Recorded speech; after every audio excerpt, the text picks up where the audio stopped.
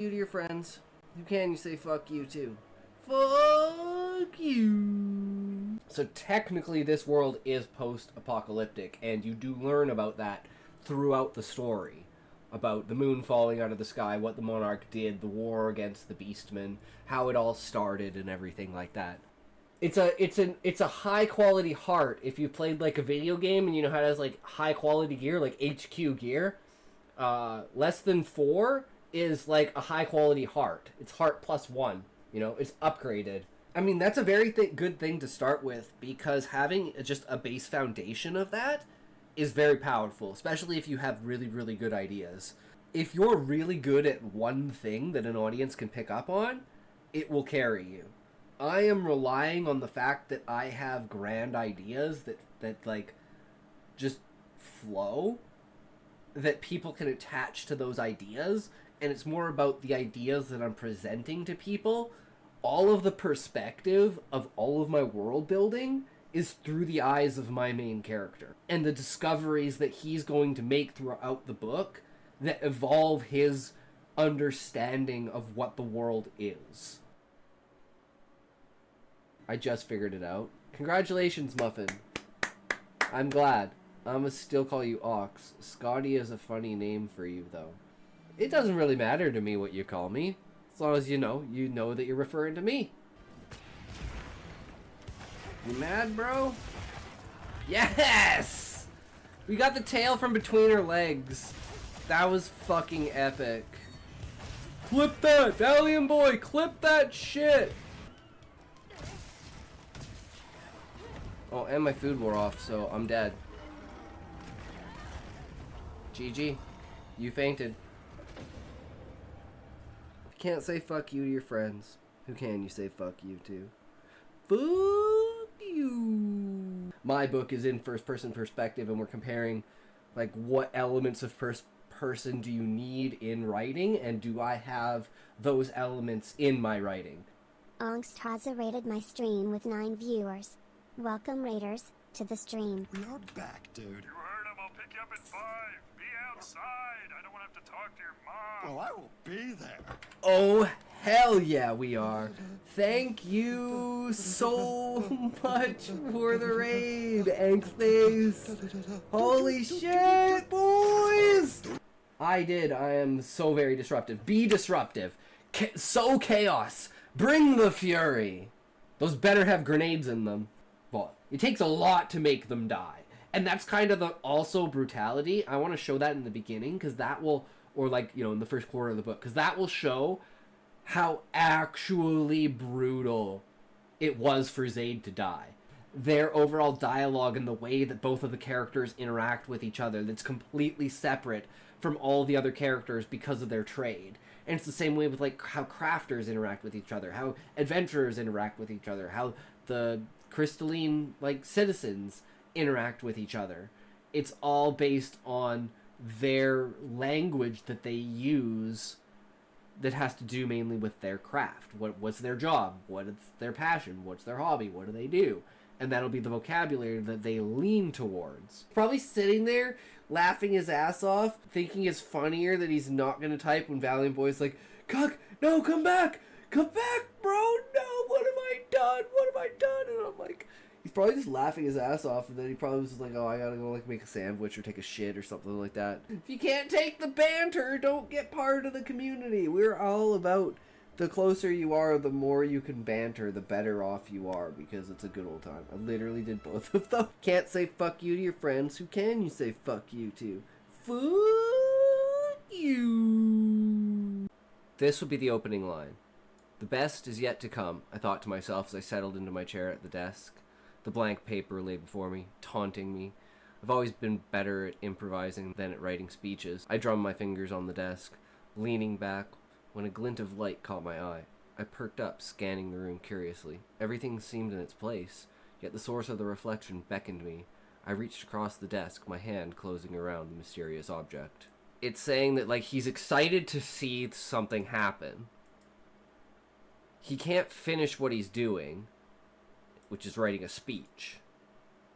And it also sets up his character with how the language is set, because like drumming his fingers, and then later on describe like his elbows and like stuff like that, and it'll be like things essentially not described of any other character in that fashion, because they just don't have the type of structure of appendage, right? Insectoids, avians, and octopi.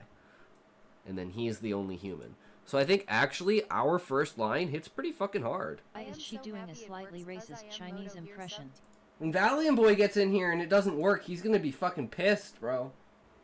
But thank you so much for watching. Thank you for the subscriptions, guys. You guys are fucking amazing. Thank you so much. You fuel this community. Bring in everyone else that you possibly can and show them that I'm the worst streamer ever. So, with that, remember, if you can't say fuck you to your friends, who can you say fuck you to? Fuck you! I came for the blonde chick, I stay for Mr. Meeseeks. True, brother. True. They are going to win that fight. +1 air attack, by the way, is not No done, so this foot is very, cam. very dangerous. There you I go. tell you. And look at this. He has to cancel that fourth base out. The turrets here. I He took a control lot of you. Damage there. Yo, yo, yo, boys, how's it going? We back. How's everyone? Another day. One more day. I guess I should pin it again because tomorrow, boys, it's fucking here. Tomorrow. Fucking 24-hour stream, boys.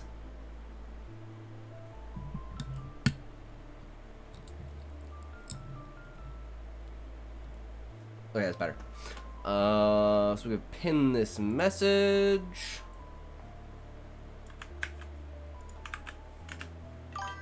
Boom. Unable to. Something went wrong. Unable. Okay, well, let's try it again. Alright, there. Pinned that one. There you go. Get up there, boy. Get people aware of the shit. Alright. Oh, it's a day. It's gonna be a day, boys. It's gonna be a little bit of a shorter day again. Because, like, fuck, man. I got so much shit I gotta do tomorrow. And there's still a couple of things that I'm, like, a little bit iffy on. Like, filling the fucking pool in my room. And how I'm gonna get the water out of the pool, out of my room. A little bit of a logistics. We have a plan. I don't know if the plan's gonna work. But we have a plan. So at least we have a plan. That's what's important. There is a plan.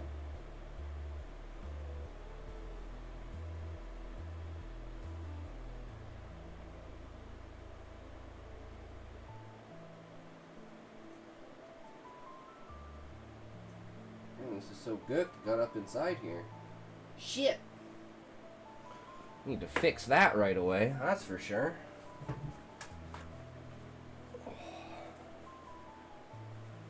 Always a problem with this shit. It's all nurse tig super fast. That's okay, we can fix that. It's nice and warm in here, so the resin's all fucking gooey as shit. Put it off. Burn this shit off. I'm only here super quick. I gotta actually try and sleep soon because we need to take advantage of the cooler day tomorrow to shop. Hope today's stream is just as epic as always, though. Awesome, awesome, Sean. Hell yeah, brother. Make sure you take care of yourself, bro. That's what's important. No worries. No worries. Yeah, it was fucking like 33 today, bro. It was fucking hot today. Hot today. But we made it through. It's the weekend now. We're just, you know, we're just sitting here clapping right now. No fucking worries. No fucking worries. Except for this fucking bowl. Pushed all this resin back up and now it's all fucked. Didn't expect it to be that gooey. The ooey gooey deliciousness of resin. go. This big there. Grab this guy. But yeah, today we are doing a theme. Mistakes for theme. Because again, like, I mean, our theme is, like, I know what the theme is. Whether the story represents that theme, that's a little bit of a different story.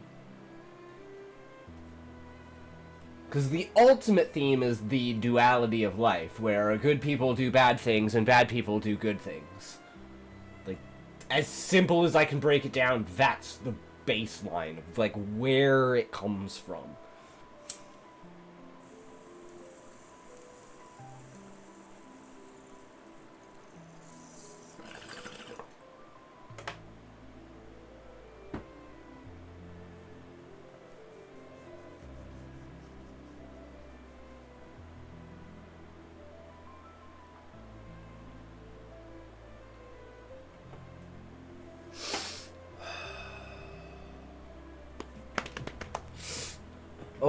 Okay.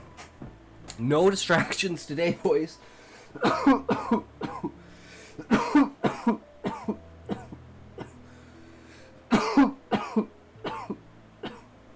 Alright. Bring up some notes over here.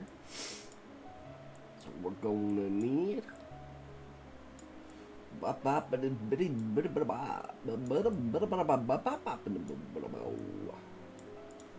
notes on thematic mistakes. Alright, okay, let's kill this motherfucker, bring this guy up once again. We're back on BookFox. You want to check him out, give him some support, guys. He's super awesome, you know. Give him some likes, some views, some subscribers, and all that fun stuff. But hey, writing a great story is not always about the audio on this. Twists or better. Oof, the audio on this. How long? This is 3 months ago, man. Something happened with this audio. Or is that just me? I don't know, man. That's rough. That is Characterization. rough. Sometimes it's about having a great theme that just punches your reader in the soul. Most of your novel exists on a very horizontal plane. Most of the stuff we talk about on this channel is about characters and plot and dialogue and stuff like that. But what a lot of writers forget is that you also need a vertical component to your story. And this is stuff that grapples... You guys, remember what I said. The ultimate thing is full horizontal integration with vertical integration. You have all of the topics, and you have all of your skills in those topics. With, like, the meaning of life, confronting the reality of death, or... Meaning of life. And that's kind of what ours is, right? The meaning of life, the duality of life. Confrontation with death. The struggle for authenticity. Struggle for authenticity. So we'll call this...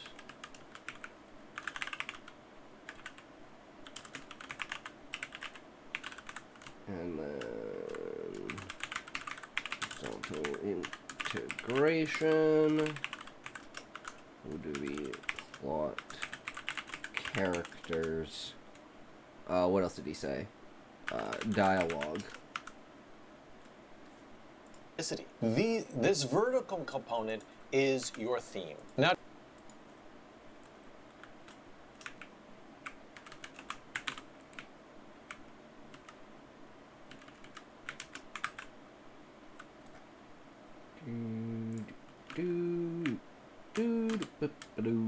okay, stretch that out, that easier. There we go.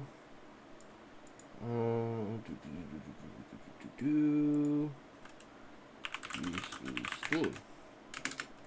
Todd Goldberg, who is a crime writer and director of the MFA program at Riverside, he once made fun of theme. He was like, nobody ever goes to a friend of theirs and says, you know why you gotta read this book? the theme is amazing. And I get that, Yeah. but I do think that books without a strong theme end up being a little thin, a little insubstantial. So we're gonna go over 9 common mistakes that writers often make, and yes, these are frequent mistakes. And by the end, you are going to have a black belt in theme. The first mistake yeah. that some writers make is they believe that theme equals... No, that is not true. This is something you learn in film. Theme is not the topic. The topic of the story is how much of a influence on reality is consciousness. That's basically the topic that we're playing with, is consciousness. Because it's all about celestial beings spreading their consciousness to other beings as, like, the celestial beings being the ultimate ego of that consciousness. And the way to spread consciousness is to send seeds of the consciousness of yourself for that consciousness to expand upon itself and then come back to you, thus creating a greater overall consciousness and experience. So the topic is moreover about consciousness and how consciousness plays a role, because that's how they communicate, that's how magic works, that's how the influence of anima, like, creates the story, essentially, because anima is controlling the bodies of the viceroy and the monarch.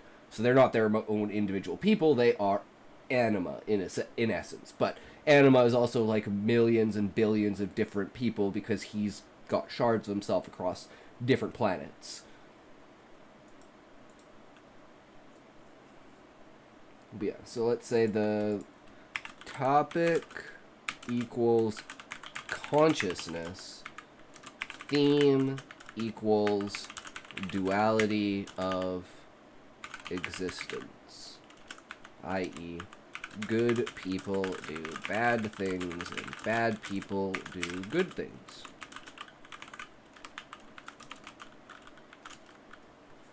Topic. There is a certain unnamed corporate blog which is soulless and evil, and on top of that, they make this mistake. They totally confuse the two, thinking that just because you have a topic, that means that is the theme. So look at a book like Frankenstein by Mary Shelley. Now, the topic would be something like science, or maybe something like creation. The theme But I would think be the like theme life would after probably death. be better expressed in a sentence, something like scientific advancement without ethical responsibility leads to destruction rather than progress. Or Actually, take a that's look really at good. The Handmaid's Tale by Margaret Atwood. You could say the topic would be feminism, or maybe women's freedom or something. But the actual theme is better expressed by something like a patriarchal society will reduce women to mere biological capabilities. So ask yourself right now, do you have a topic for your book, or have you actually drilled down to say something about that topic, which is more of a theme? The second mistake... Yeah, and that's the overarching consciousness is everything, and then the theme is the duality of that consciousness. So they're within the same grasp, but they are... Like, the theme is a smaller piece, a subset, of the entire topic. What writers make is believing that you need a theme. Need a theme before you begin writing. Before you begin writing. Now, there are some... I didn't even know what the theme of the book was until I really sat down and thought about it on stream when we were doing chapter 1. And I was like, what is the actual theme? And then it came to me like the... Anima wants a perfect utopia for all of existence to just thrive and expand and be amazing until he eats them. But Gaia wants there to be strife, conflict, disaster, disease, and terribleness because you actually get to experience the full scope of life and you get to learn the value of life. And since consciousness is infinite, there's no loss overall from having these. You just seem to have loss from a physical standpoint. But as we've experienced at the end of the book, or the end of the series, that physical existence is not all that is consciousness. And that is challenged extremely at the the, like, 5th hour. When everything's about to hit the fan, Husai's like, okay, fuck it, I can't do it, you gotta do it, guy, take me over. And she's like, no, not happening, bro. I am not destroying something so precious as your consciousness. You don't understand that simply killing something does not destroy their consciousness. But if I took over your consciousness, try and take over your body, it would destroy your consciousness and you would just cease to exist. You would never return to me. And you would be a loss. And afterwards, he like argues with her the whole time for it. Until she breaks the shell, and there's no real conclusion to that until he appears behind her, inside of Anima, puts his hand on her shoulder, and is like, you were absolutely right. I'm so glad you didn't, follow what I said. And I'm sorry I was so, I didn't understand. And she's like, yeah, no worries, it's all good. Let's fucking kill this bitch! Right? Writers who end up finding the theme for their book before they start writing. But in general... Another thing is, like, as you're writing the book, the theme will evolve as well. And like, it should emerge almost as a intrinsic part of the story. Because otherwise, it feels forced. That's why I like to think of the ideas first and then categorize the ideas and then see where the holes are and what ideas I need to fill in. So that way I don't fall into the trope of, oh, these are this is the theme, this is the purpose of what I'm writing, but you're not actually fully expressing the theme. So it's like you're trying to say the wrong thing to the reader. And I think that's something that, like, I don't think people really don't talk about, is, like, the expectation versus... the expectation of the author versus the expectation of the reader when it comes to portraying the idea. I'm an idea reader and writer. I only really, really care about the idea, because that's the only thing I'm really going to remember, is, like, what are you trying to say? And if you say it well, then it's enjoyable. If I know what it is, but you don't say it well, I'll still enjoy it. But if you say it so bad that I don't even know what it is, or I feel like you're trying to say one thing, but the story itself is trying to say another, and it's almost like you're in this blind spot where you're like, did the author not think about this? And when you finish the book, you're like, well, that thing never came to a close, because I guess it was just my imagination that it ever existed to begin with. It was just something beyond the scope of, I guess, what the writer had intended. Which, if that's true, that's kind of a good thing because it created its own piece within it. The problem is the author didn't see that piece or use that piece in any way. I think this is actually very rare. Most commonly, writers discover their theme 3/4 of the way through their book, or even after they finish the whole first draft. The danger of coming up with a theme before you even begin the book is probably best summed up by the phrase, no surprise for the writer, no surprise for the reader. I guess that's a great way to say it. That's why I love things like, for instance, when we were talking about Zayd's death and the fact that I wanted Zayd to die, and I'm like, at the same time, I'm like, hey, well, we gotta find a way to, like, how do we do something that makes people know that this character, the character at the beginning, that's the image of Husai in the Compearl that kills Torg, is actually the Monarch.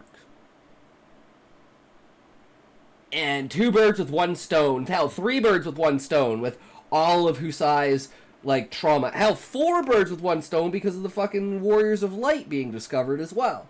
So it's like,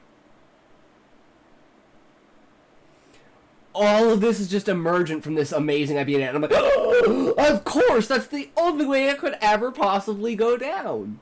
And that's when you know you just have fucking instance with it.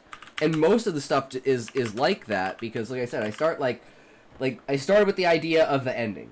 And I was like, okay, here's the ending, this is what I want. And I only came up with the very beginning of the book, maybe a year ago. I'm trying to think if it was in September or August, so we wrote it in October. But the reason I'd never written it before is because I had no idea how I wanted it to start. There needed to be some sort of inciting thing, and the original beginning to the book was, like, the Viceroy with the main characters in some way, and the Viceroy goes to, like, take a shit. Like, in some tunnels, doing some excavation or something like that. And he comes back, and it's obviously been an extended period of time, because everyone's like, yo, dude, we told you if you're gonna go take a shit, tell us you're gonna take a shit, so we fucking know how long you're gonna be gone, so we don't worry about you, bro. And all of a sudden, there's, like, a massive earthquake, and a wall falls open, and it opens up to a secret lab. And in this secret lab is all the variations of the multiple stages of the genetic development and genetic engineering of the avian and insectoid species. And it was supposed to start off with you finding out that the avians and insectoids were genetically engineered and they're not natural races. Which brings all the other races into question too, and what's the original race? But now we do it more with the chapter and the 100-year quest and just the Emerald Weapon. So we've completely changed how the entire opening and inciting of the book is, what the inciting incident is. And all of that other stuff is still kind of pushed down the line, maybe to the second book, because that's where they'll go to the bottom of the dome, and on the lowest level of the dome, like on the hydraulic lift, is like basically the laboratory that they used. And that's where all the stages of the avians are. And that's what the Warriors of Light want to show Husai at like the beginning of the second book. At least that's the idea for it. So no surprise for the writer, no surprise for the reader. You want your theme to arise very organically from the telling of your story, rather than deciding, very didactically, this is the point that I want to make in my book. But I do think that if you discover the theme later on, just make sure you go back and revise the beginning to capture that theme from the very get-go. I think of a movie like The Dark Knight, and you could argue that the theme of that story is how difficult it is to fight evil without becoming evil. And in the very first scene of Batman Begins, we see a little Bruce Wayne steal something. He grabs an arrow from a little girl and runs away with it. So the movie's showing a teensy bit of moral compromise from the very beginning, from the very first shot with him. And right after that scene, we see an adult version of him beating up a whole bunch of other prisoners, and then also Harvey Dent's whole turn from good to evil. And just remember, if you need some extra help with your book, take some of my BookBox Academy courses. There are limits to what I can do on YouTube. And what I can do in a course allows me to really lay out the information better. It allows me to add a lot more PDFs and quizzes to help you learn the information better. So, you know, I know YouTube's great, YouTube's wonderful, I enjoy teaching on YouTube, but if you want the structure of a course, check out the Academy. Now, this third mistake is super common. A lot of writers make it. It is, your theme should be explicitly stated. Your theme should be explicitly stated. False. Now, there's nothing wrong with having a character delivering a single powerful line that encapsulates a lot of what your theme is. But in general, I would say that the theme of your story, think of it as being like in the basement of your story. Okay, nothing wrong with a single piece of dialogue to portray a strong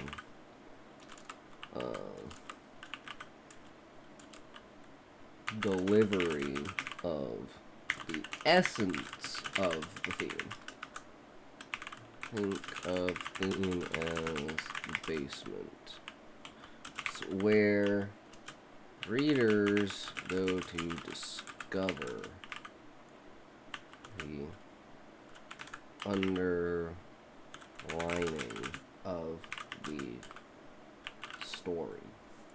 It affects everything in your story, but it's not actually on display in any sort of very explicit way. In general, you want to show your theme rather than tell your theme. So the danger is that you just start lecturing and the book gets a little bit too preachy, and then the book ends up being joyless rather than entertaining. Now, if you watched a lot of my YouTube videos, you'll probably know True. that this is the point where I would likely bring up Ayn Rand and Atlas Shrugged. But then I started thinking, this isn't exactly a problem that is limited to, say, libertarian or conservative books. I mean, there's a large chunk of literary fiction which commits these exact same errors, but just in a more liberal bent. Like a great example would be Tommy Orange's book, There, There. For the first 20 pages of that book, he just lectures you on this is how Native Americans were treated in the founding of the United States. There's no characters, there's no plot, it's just basically historical information as if it's a nonfiction book, like finger wagging at the reader. So in general, your principle should be to let your narrative do the heavy work of your theme. You want to trust your story to have the power to communicate what it is you're trying to communicate through your book. And if you have a theme about the perils of friendship or betrayal from a close friend, let the story tell that rather than explicitly saying like, hey, watch out for friends, they can betray you. Now this fourth mistake is kind of a tricky one. You're gonna need to let me explain exactly what I mean by it. All right, It is, I'm listening. a theme should be a strongly held conviction. Oh, 100 fucking %. And this is like one of my core fucking beliefs. And it's the true reality. Good people do bad things, and bad people do good things. There is no single person who is perfectly good, and there's no single person that's perfectly bad. And in most people's perspectives, what they're doing is good, whether that's for a selfish reason and not an external reason. Nobody just explicitly, like, unless you're crazy, you explicitly don't do things that are bad that don't help you in any way, right? Like, you can boil it down to the most simplest thing of, like, a child's rage, just like anima, where it's like, at some point in time, you just lose all control over everything, and you fall into the emotional pit. And that is literally what anima is. He is rage incarnate, just ready to stomp out anything in his way, and he gives no fucks, no logic to it whatsoever, that he will be the only single thing in existence and fuck everything else, and he will not create anything else. That is how deeply he feels about his things. But even then, he's creating these worlds that are utopias and creating, like, progress for these species. So he is doing good things, even completely unintentionally, and through orders of effect. But you could say, at the base level, it is helping these species. And I think that's really, really important to think about when you're writing. Is like, are you conveying things that you believe about reality? And how is your reality being placed into the story? And I'm retarded and I forgot to plug this fucker in. Because I forget something every day. There's fucking something I forget. But that's okay. It is what it is.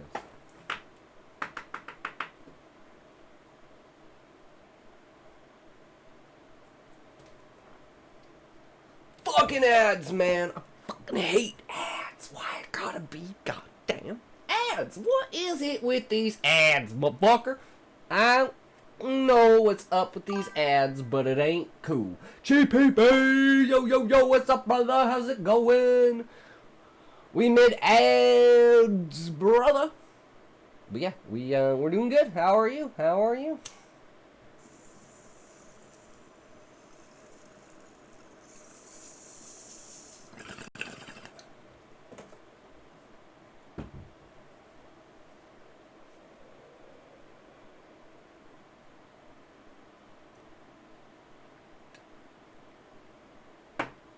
I completely forgot to write this down.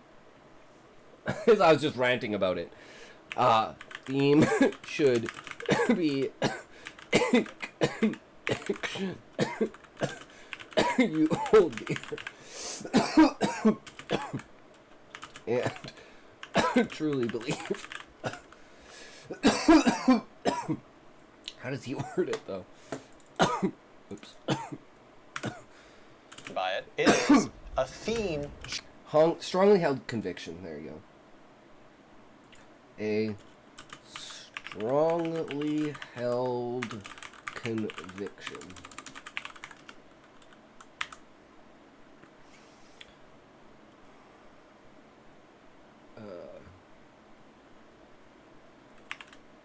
This duality of existence is unavoidable. Good people do bad things, bad people do good things. There's no whole one who is too great.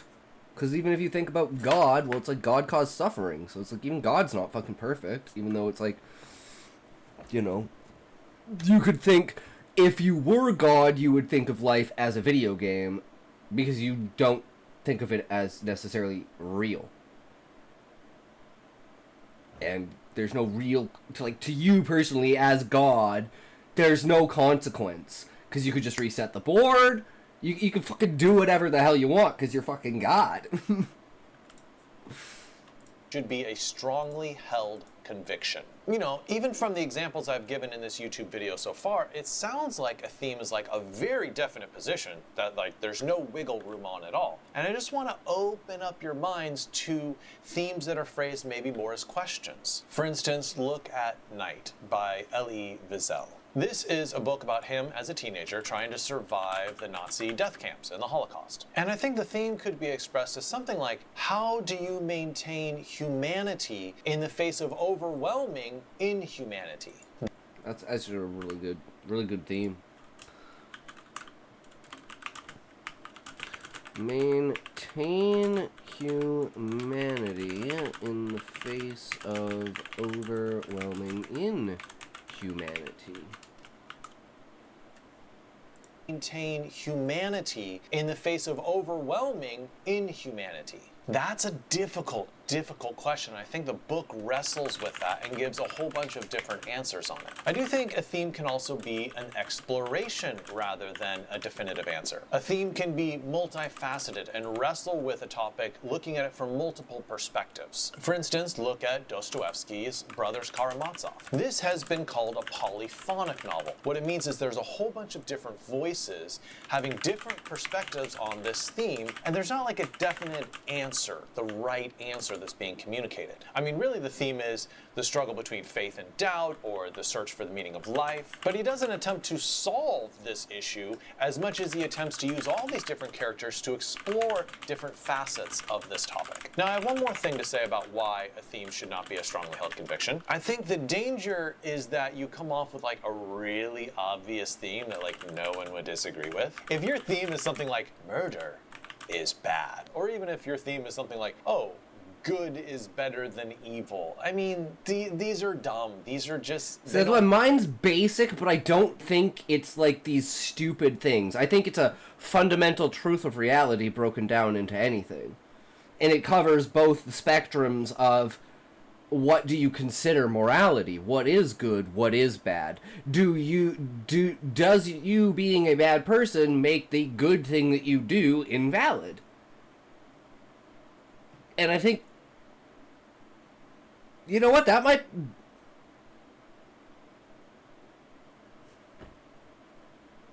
So in the face of the truth of this duality, how do you deal with that?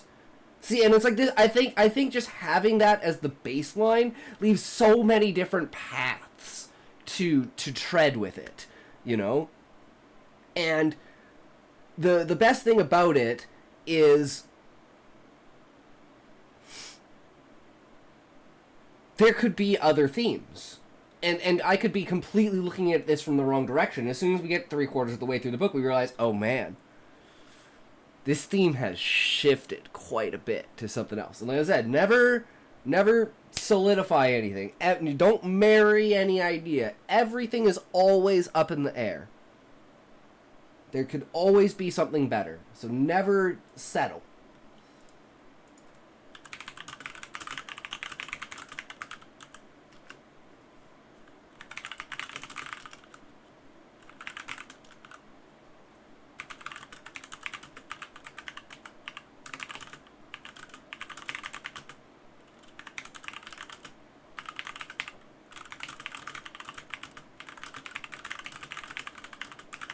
Okay, I think that's a better way to say that. Have multiple facets to the theme, multiple directions to view it, and outcomes from each of those views. Rise to the level of themes. And hey, if you know your theme already for your book, please comment in the comment section below. I actually want to do that.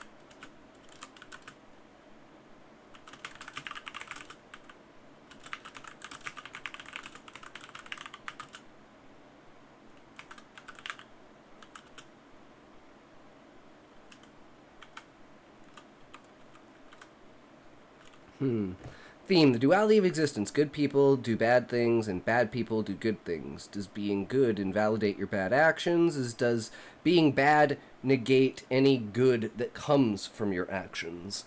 Let me know what you think. I'm writing a Final Fantasy-inspired novel. I think that's good. Boom, there you go, guys. I'd Our love to first hear it. comment. Now, this next mistake is one that dupes a lot of writers. It is number 5. Your protagonist's convictions.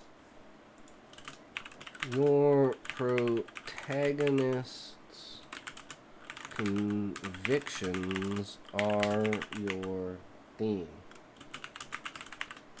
Not necessarily.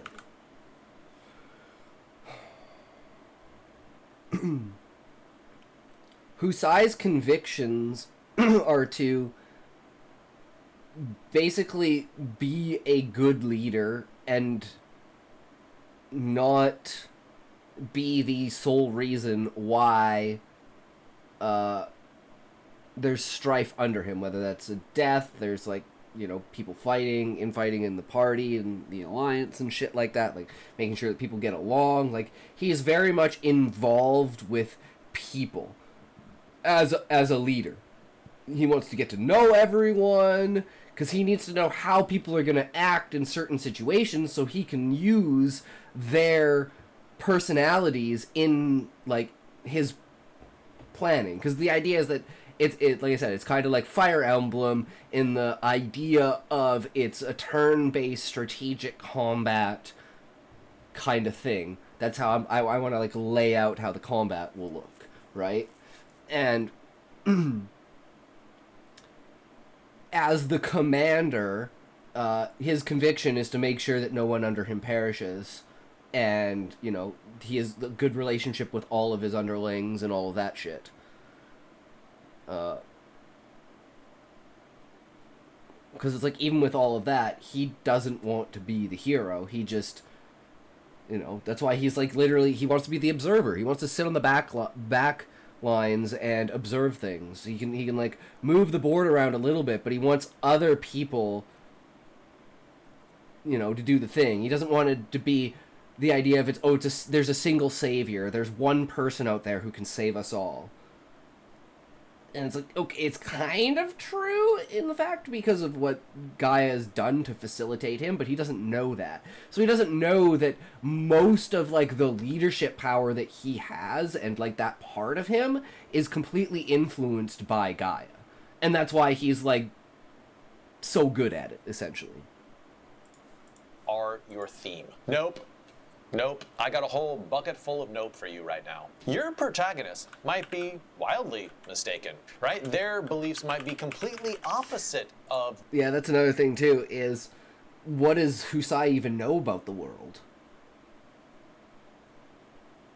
especially now, considering how much it's changed over the last 30 to 50 years, depending upon how much time there is between the 100-year quest and now.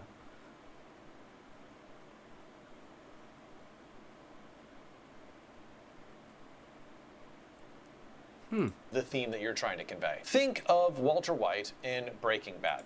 The theme is something like unchecked personal ambition warps your moral sensibilities. Now, does he think that? No, absolutely not. But the story teaches us that principle. So often, your protagonist will have a misbelief, and this misbelief is the opposite of your theme. And as we read the story, we start to see how this main character... Yeah, that's, I guess that is kind of, going along with the theme. Now that, like, I'm thinking about it, like, the wheels are turning, and I'm like, okay, so if Husai doesn't want anyone under him to die, he doesn't want to do anything bad, but he's going to wind up doing something, eventually, that gets someone killed.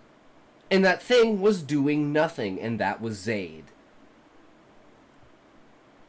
So his conviction is completely challenged in the fact of, by trying to do what he thought was best, he wound up getting Zaid killed. Which is the one thing that he was above all trying not for anyone, let alone Zaid. So he completely fails at his conviction. And he blames himself. And that's the reason for the arc of him, like, falling from grace. Because he is now questioning whether he's fit to lead. And everyone else basically has to prop him up and be like, no, man, you're the fucking bomb. There's no way that you could have known this shit. This is so unbelievably out of hand and fucked up. No one could have predicted this. How could you have known? So they're just like, we gotta find a way to get him out of this, man. We need Husai back.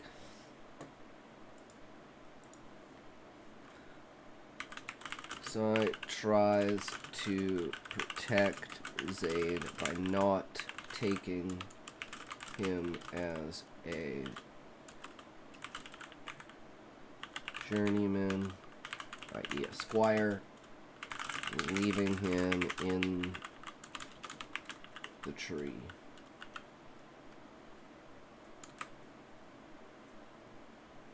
Is in error. And then perhaps by the end of the story, there is a... Hi, my brother. What's you doing? Androdesp. We are working on improving theme and discovering theme in our book. And so far, we have asked... Like, we knew the theme was the duality of existence and good people do bad things and bad people do good things. Then we thought, okay, how can we extrapolate some sort of question that we can press onto the reader? And the question was, do bad actions by good people not count? And do good actions by bad people also become invalidated? Or can you look past it to say, I can see the good in that bad person, or I can see the bad in that good person? And then we look at our main character and say, how does this manifest through our main character? And it's through his conviction that he doesn't want anyone to die under his command, and simply enacting that by not allowing one of the characters to join in his party and bring him along with the quest is the very thing that causes that character to die. So, and the character questions everything about himself and his leadership skills, and all the other characters have to basically prop him up and say, no, man, you're good, bro. And then the play that immortalizes Zaid also shows the monarch, and it's just like, oh my god. Everything falls into place, all from the convictions of Husai falling apart. And it's just like, oh, I love it. It's just beautiful.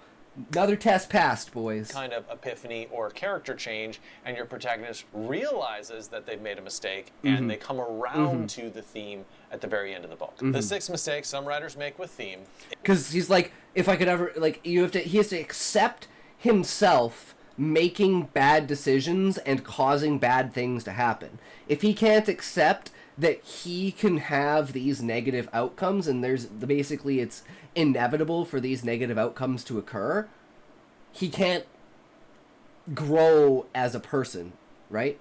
and that's one of the main growing points for him during this journey, during this arc, is even a leader needs to be able to rely on the people that they're leading. A leader can't go in alone. And that's kind of like something that Husai is kind of slowly forgotten. It's like it's very prominent at the beginning with, like, let's say the first 15 or 16 characters that come into the party, but it's like you'll notice as you're going through, as more and more people join the party, it's like Husai almost grows accustomed to it. And instead of this, like, oh my god, yes, hey, welcome in, high five, let's fucking go, buddy, what are you all about and stuff, it's like alright, welcome to the team, bro. And eventually it just becomes, hey, how's it going? Yep, you're in. And it's like, and then that comes back to bite him. And then he goes back to the basics of, okay, we need to start making more personal connections with people. We need to start going back to actually, like, literally thinking of them as people and not, like, underlings kind of idea. And this is just a realization that he has through all of this to completely change his character. And it's like you can see this foil coming out slowly as it progresses, and you're just like, no, Husai, go back to the way you were, man, what's going on? And then you'll be like, oh, I fucking see what you did there. It's fucking perfect because it's all just innate. It just fucking happens. Is every character should support. Every character should support the theme. Ooh,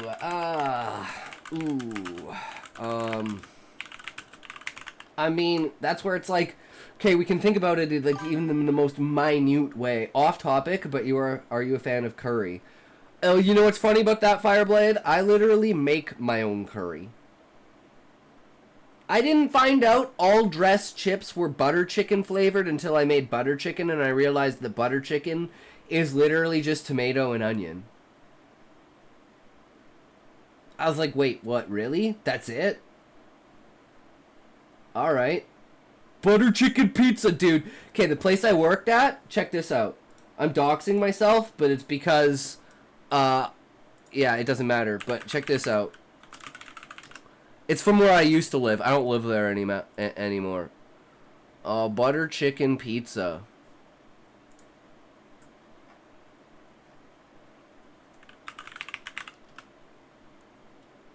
Oh, sorry, not Ricardo's. What am I thinking? What's it called? I think it's called...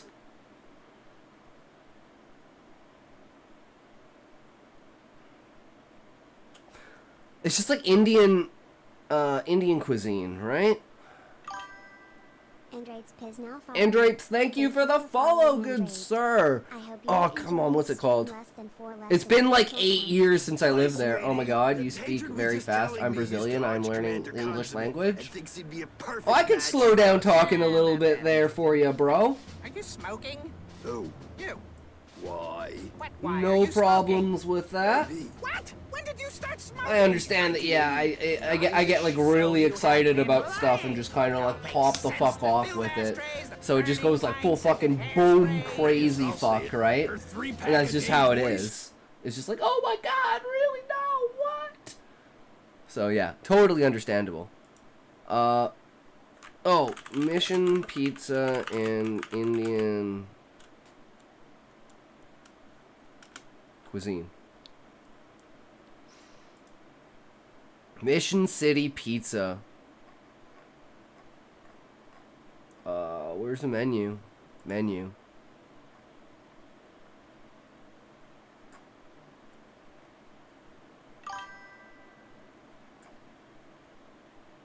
Where's the butter chicken pizza? Oh, chicken special. Butter chicken. Yup. Butter chicken because of value excuse to be excited about. I fucking love butter chicken, dude. Yeah, I'm so glad you brought up curry. Yeah, and I make like my own kind of different like curries and stuff. Like, you know, just basically mixing different stuff. Like you can have like it's like tomatoes,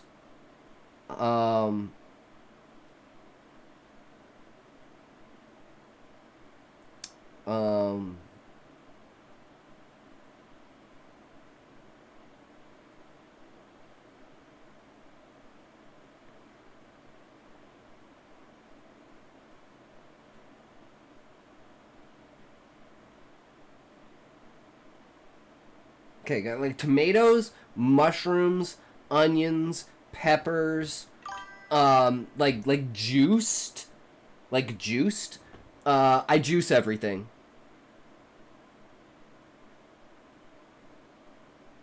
And then the main thing that works with thickness is mushrooms.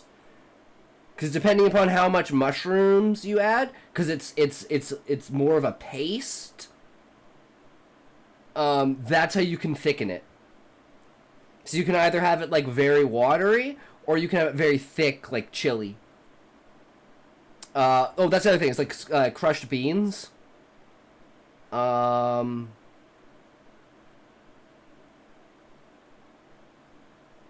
else have I put in curry?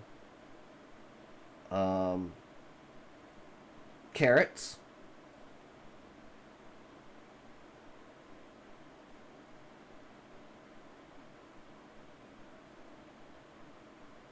Yeah, I think that's about it. A lot of shit. And then all the spices on top of it too, right? Well, of course, chicken. Of course, chicken. You gotta add, like, the chicken grease in there too, right? Like, ugh. Just give it that extra. So good. And then just a shit ton of spices. I like 14 or 15 different spices.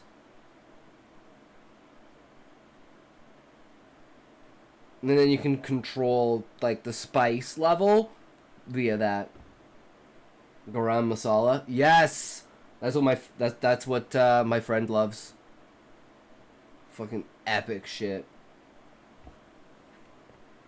But yeah, man. Living in Canada, it's like Indian food is like the fucking shit here. It is so fucking good. So fucking good.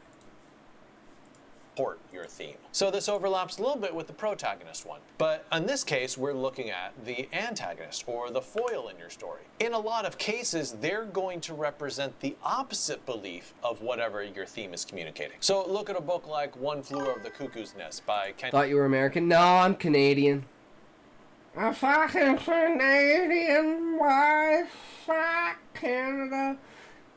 Make Alberta great again, America. Make BC and Alberta State 51 and State 52. Fuck Canada. This bullshit. No, our government's fucked. You think your government's fucked? Our government's fucked, dude. Like 90% of Canada knows that Justin Trudeau is Fidel Castro's son.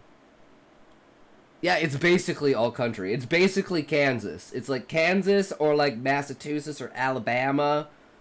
Something like that. It's literally every town I've lived in is a farming town. Like, it is just like we're like 45 minutes to an hour outside of any main like city, and it's like everything is farmland. Absolutely fucking everything is farmland. And it's like the main thing here is like canola. And it's like the stuff that's not for crops is for animals. Like the field behind my house is a cow field. It's a pasture field. And there's like 3 or 4 of them that they rotate through the years. Or through like the year.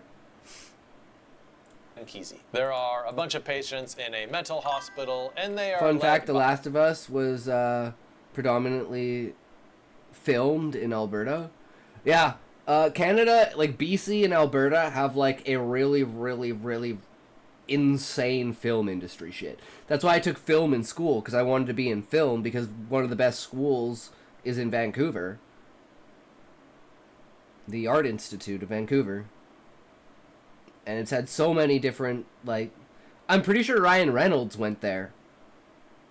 Like, for his acting career. Because he's a Vancouver homegrown boy. Homegrown boy. I'm actually related to him in, like, 5 different, like, off steps, you know? Like, great aunt's third cousin, twice removed, once to, like, you know, adopt it, like, you know, like... It's pretty much as far removed as you can, but apparently we're related to him. I'm like, that's fucking dope.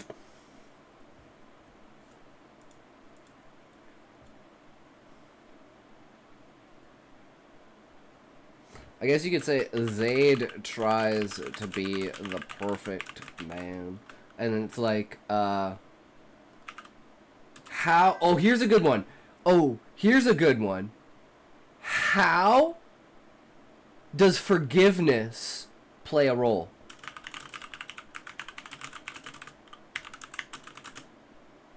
In a good person doing a bad thing versus a bad person doing a good thing. Can there be one singular thing that can redeem even the most fallen of souls? And you know what's great about this exact thing? Is Fafnir. Fafnir is like the pure embodiment of this because he has basically been driven to madness and hate to the point that he's willing to do anything to stop the monarch. Even if that means clawing the tree out of the ground and throwing it into space himself.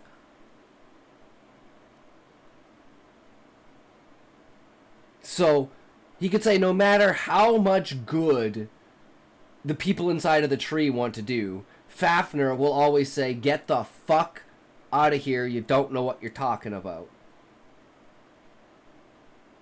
Which kind of... Husai's like, well, bro, you know, like, come on, man, not everyone's fucking, you know, people don't even know what the hell is going on. And Fafnir's like, their ignorance isn't a justification for their compliance and inaction. Even though in reality it absolutely is. They have no idea what the fuck's going on. They're living in a goddamn paradise. How the fuck are they supposed to know?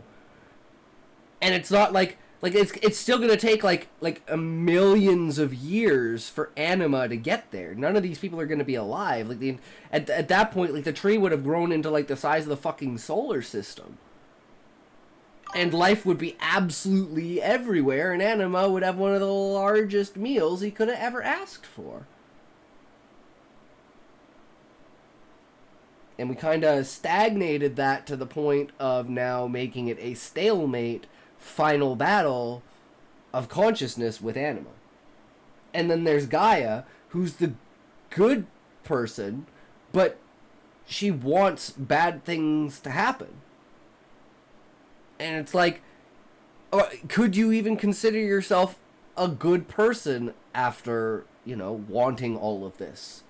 But it's like, it's for the greater good of expanding and showing consciousness and souls what the experience of life is. So that they don't become stagnant like what's happening in the tree, where you have the bottom 15, which is the bottom 15% of society. And I forgot to add one thing in there that I was thinking about today. It's basically like segregated parts of the tree that are for violence, sex, and drugs. And every possible combination of them. And gambling. Because there's going to be a Colosseum. And gambling on the Colosseum is like fucking huge. It's a massive thing for people to do. It's super epic. But that'll be more on the dark side of the Adventurers Guild. Because why would you ever go to the bottom 15? At least the main characters, right? By the swaggering, bucket-o'-fun McMurphy. Now, McMurphy believes, and this is honestly the theme of the book, that the individual must fight for their freedom. Individual must fight for their freedom against the crushing weight of institutional control. Against the crushing weight of institutional control. But McMurphy is opposed by the antagonist, Nurse Ratched. Does she believe in that theme? No, absolutely not. Nurse Ratched believes something much more like institutions must use their power to enforce order.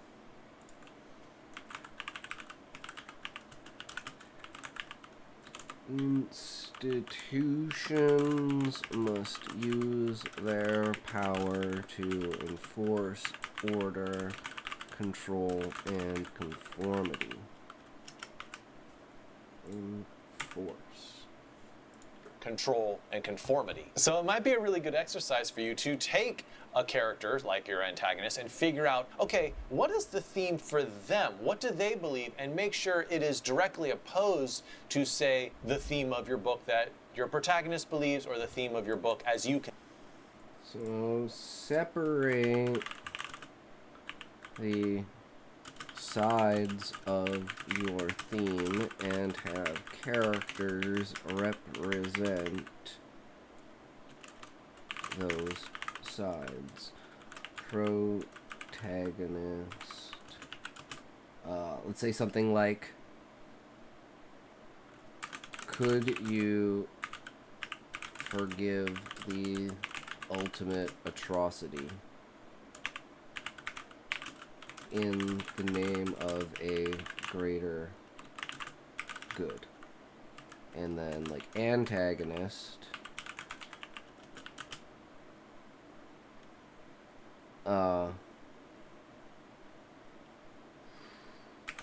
Could the brutality and oppression that you cause create an overwhelming change for good and unite the population? Because, I mean, that's kind of what happens, is through killing Zayd, the Monarch shows himself his true colors, and, but I mean, it's like, you gotta think about it both ways, too. Zayd was breaking the law. All the Monarch was doing is proving a point. Don't break the law. You break the law, I bring down the fucking hand of justice. I say you leave, you fucking leave. Get the fuck out. You don't get no shit.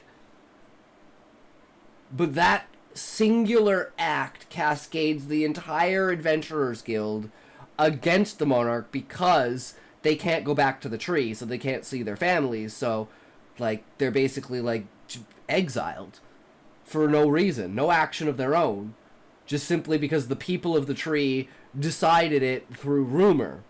They don't even know if, like, the attack on Garuda was real at all. And they're still deciding, no, get the fuck out. Monarch, if you actually have the power to control stuff, because they're losing faith in the Monarch, too. So this is like a power play for the Monarch to be like, all right, you know, I needed something to get the people back into my hand, and this is the thing to get the people back into my hand. But he gets the people inside of the tree, not the Adventurers Guild. And just the overwhelming size of the Adventurers Guild, plus the Beastmen, plus the dragons, plus Gaia, it just becomes such an overwhelming force that there's nothing but the tide itself of the Monarch and the Viceroy to hold back the main characters.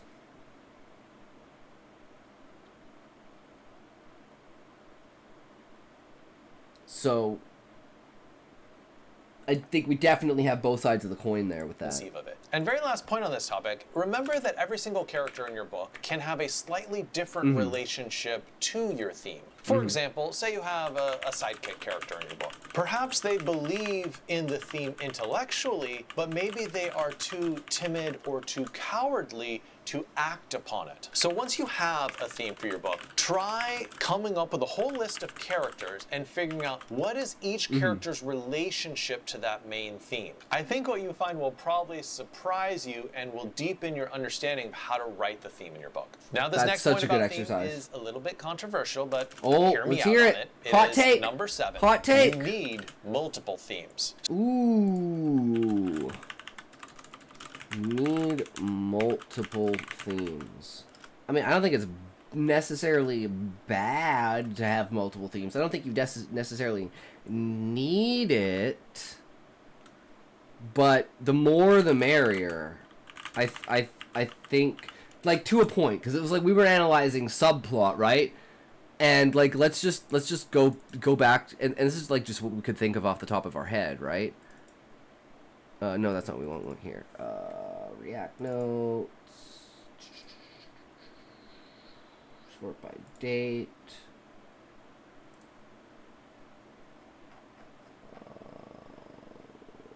Is it writing challenges?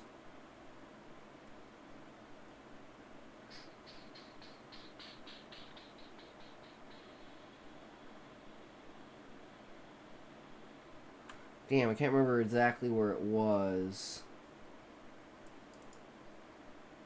Hold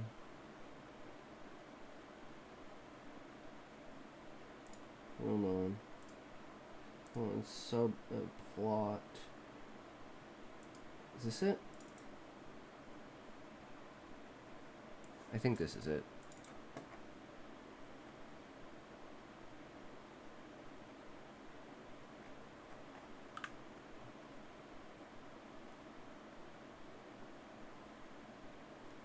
No. Because we did a couple of ones on plot.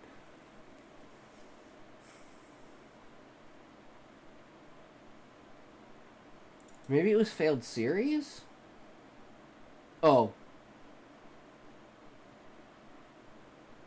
Hold on.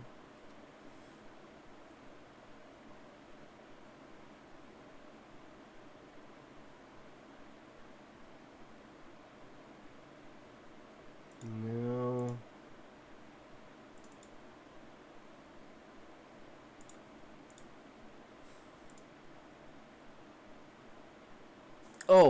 Oh, I know. This is why I have this shit. Aha. This is a great thing. Okay, let's go here. Let's go.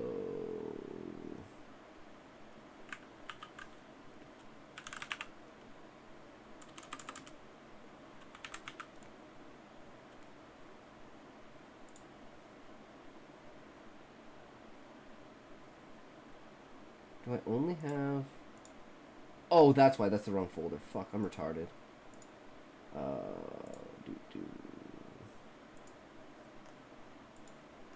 What is going on? Oh, that's a search function. That's why. Hold on a sec.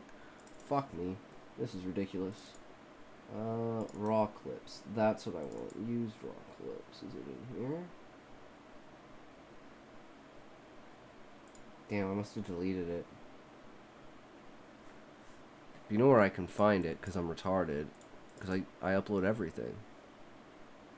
So we can go to... Clips channel? Or I guess actually we just click on this.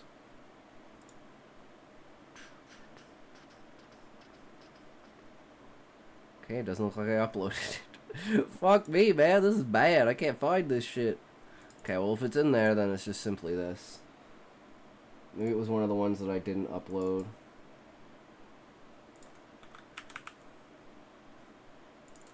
So let's look at subplot.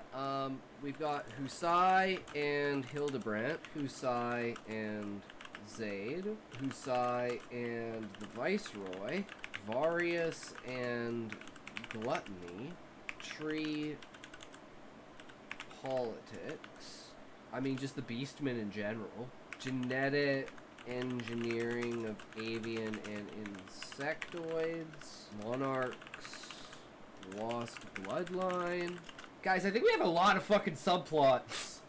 Because they're not just subplots between characters, they're subplots over the overall structures of the book. Like the Beastman society itself and how it's ruled over through religion and dogma by the dragons.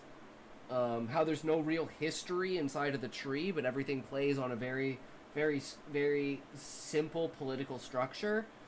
And the reason why the Monarch's bloodline is so important is because of the genetic enhancements, and that goes as well with the avians and the insectoids.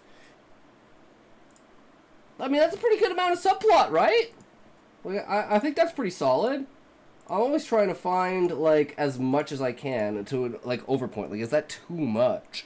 But it's all just emergent. It's not supposed to be placed in there for any reason. It's just supposed to be a natural outcome of that, of the story. Of just saying the story.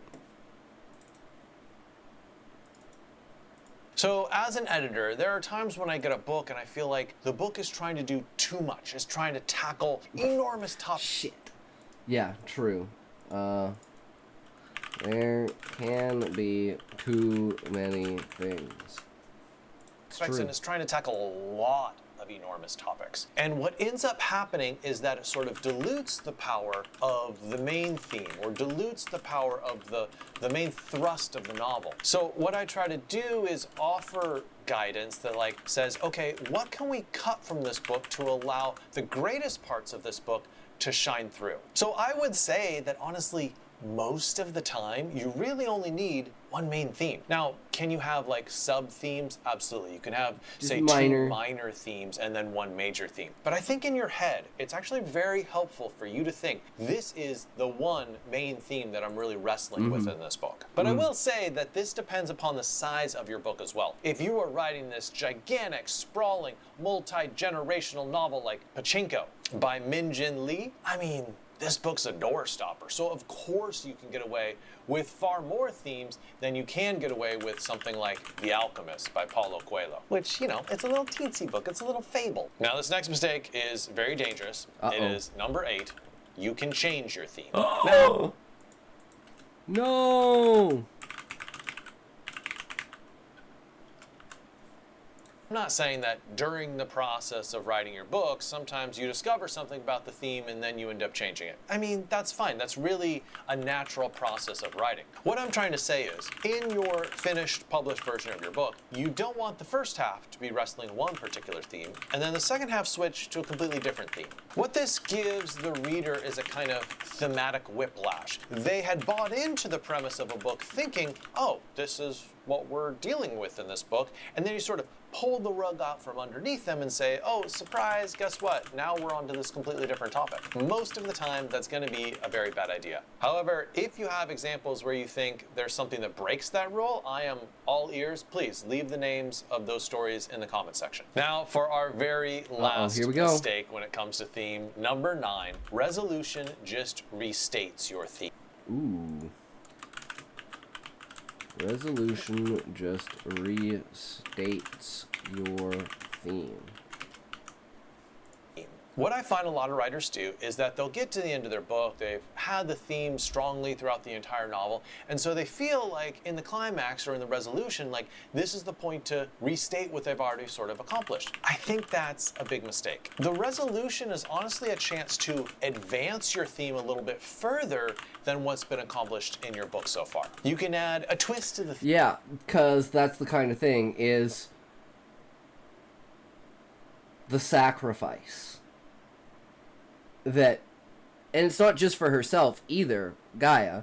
It's all of the beings, and it's like, it's her conviction is like so powerful to trying to stop him that the beings that he has eaten are drawn out of his consciousness and manifest into an army that would fight him.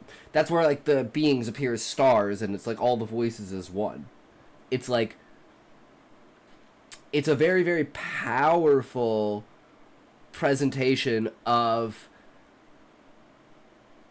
even in the end, we may not be victorious, but we will not stand by and let you do what you want.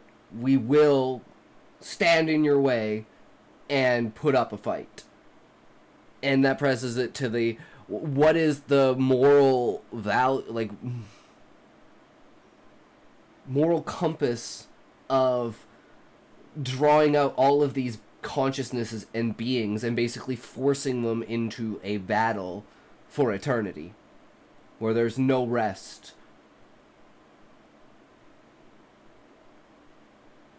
It's like the sacrifices that have to be made. And that's just the facts of reality. You can't escape these situations.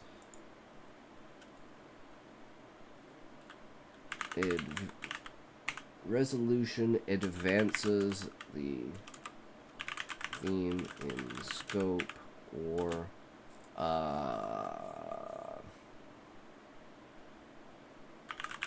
depth. Gaia drawing all of consciousness into an eternal battle that they did not necessarily sign up for.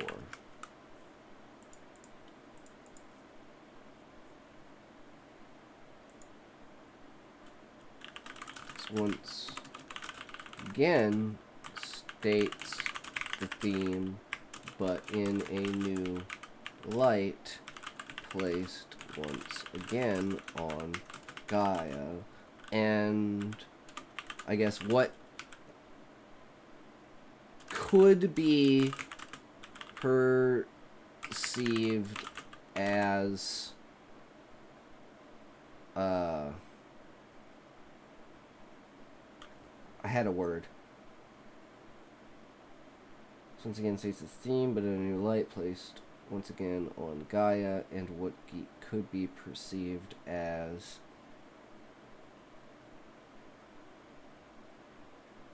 I don't want to say coercion. It wasn't coercion, but that's the only thing I can come up with. Like, coercion of consciousness into conflict.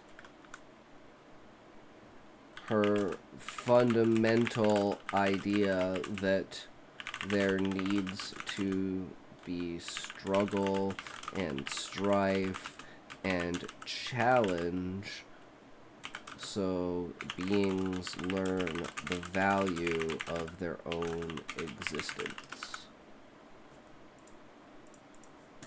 Theme. You can add just a little bit extra to the theme. And for an example of this, let's look at And Then There Were None by Agatha Christie. This is actually the 7th best-selling book of all time. Damn. Yeah, it's that impressive. The plot of the book is there's basically all these characters on an island and they start getting killed one by one based on characters on an island killed based on 10 little soldiers rhyme. The 10 Little Soldiers rhyme. Now, readers might think, from most of the novel, that the theme is something like human capacity for brutality or the inevitability of fate. But, spoiler alert, in the very end of the book, they discover this bottle with a message in it. And it's from one of the guests revealing that he was a judge. Good morning! And the people on this island... Hey, Eddie. How's it going, bro? Welcome, welcome. We are discussing theme today.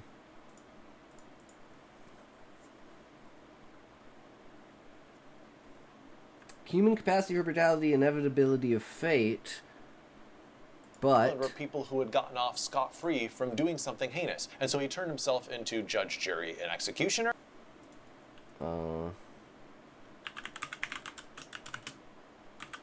Characters placed there because they got away with a heinous crime.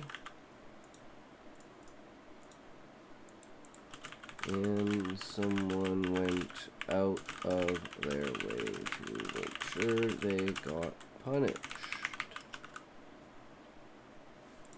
And knocked them all off. So from that epilogue, we see the theme evolve. And suddenly we realize the theme is something much more like justice finds a way even when the conventional legal system fails. Hey, just remember, if you haven't checked out Bookbox Academy yet, click the link in the description. And I'll leave you with this quote from Herman Melville, the author of Moby Dick, who said, "To produce a mighty work, you must choose a mighty theme." Damn, powerful words.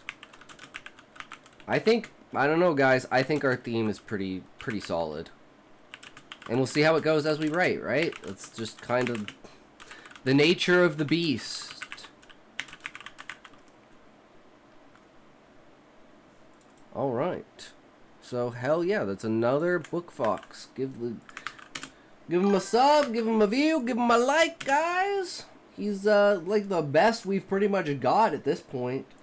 I mean, Hello Future Me is good on the on-writing, but this is like, I don't know, man. This is some good shit right here. I can't go wrong with this. No, save that there. We are good.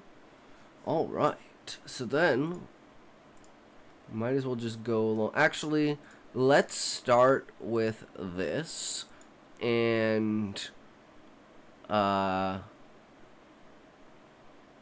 are we gonna word this? Take a tote, put on some who sex. There we go.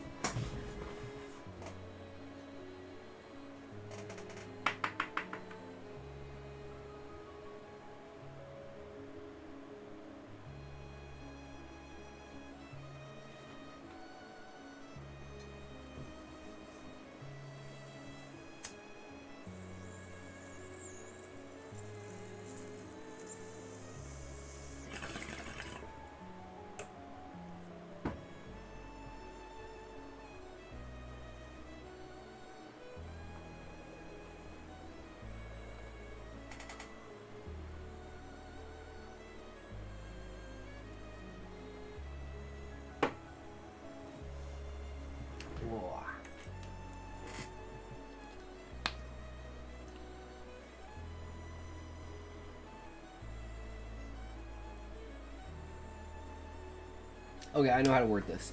We're not looking at it so much from like a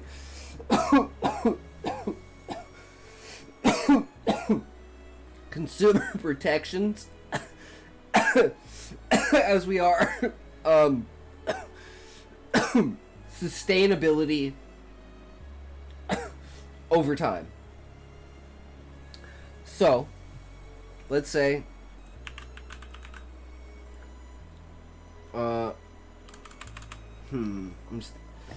how exactly do we word this? It's like something like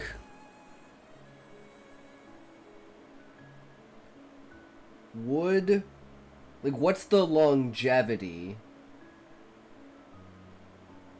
of a company? Okay, so like what's the longevity of a company that cannot create a better product, i.e. a clothing company versus a computer company.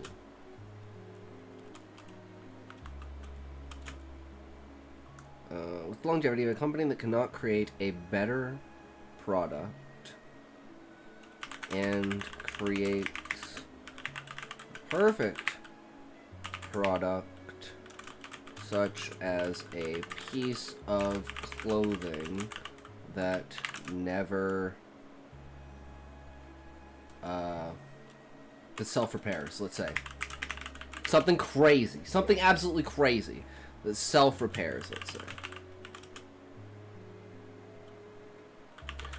Would this company be doomed because once it reached market saturation, there would never be any more sales because the product could not break? Well, we don't even say it that way. Reach market saturation. Because the product could not break, only losing a product or wanting more would prompt sales. Would this be sustainable as a business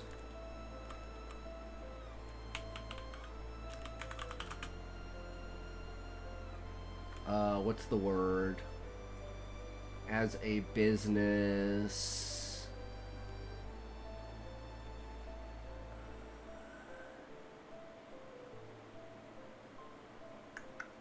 idea, slogan, like what's the word? There's a word. Model. Would this be sustainable as a business model?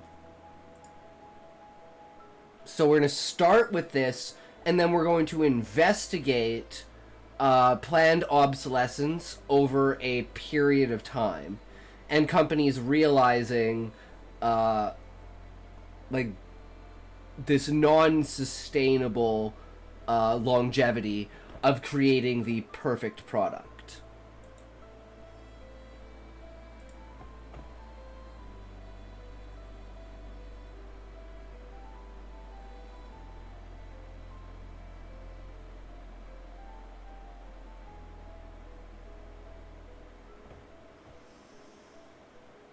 This might take a second. It's all building up, guys. It's all building up to this moment. This fantastic, amazing moment. We're going to find out what it's all about.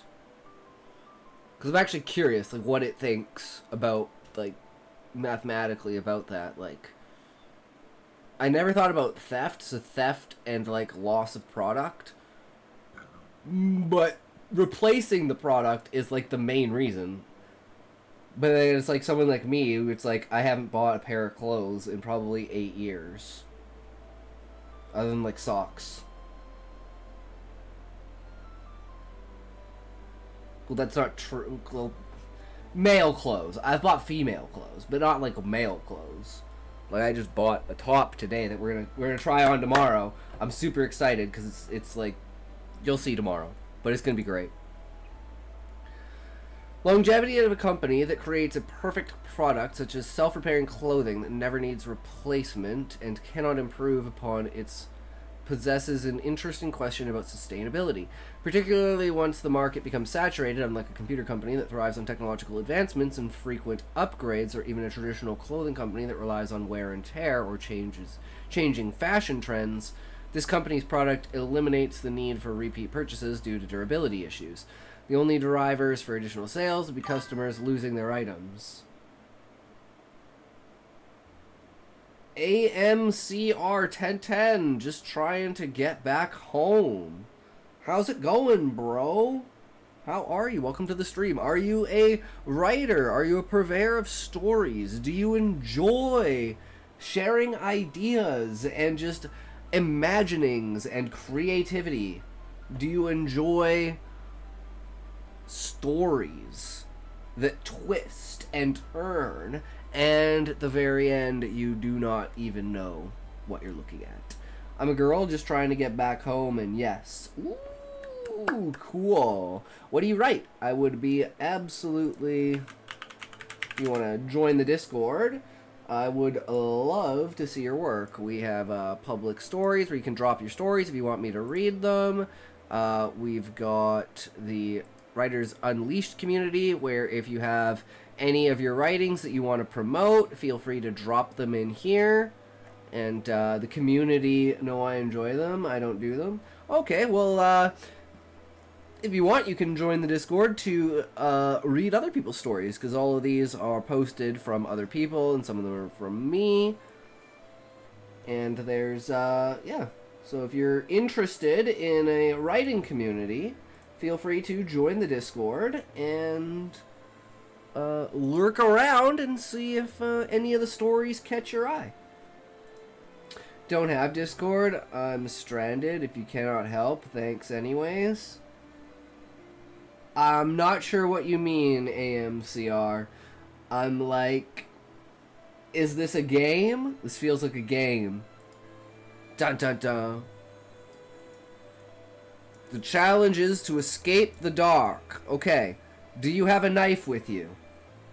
And a flashlight. It must be dark outside. Dropped my Cash App for any help possible for a ride. I see, I see. Okay. So, is there a number... Wait, do you have a phone? That's the first question. Do you have a phone on you?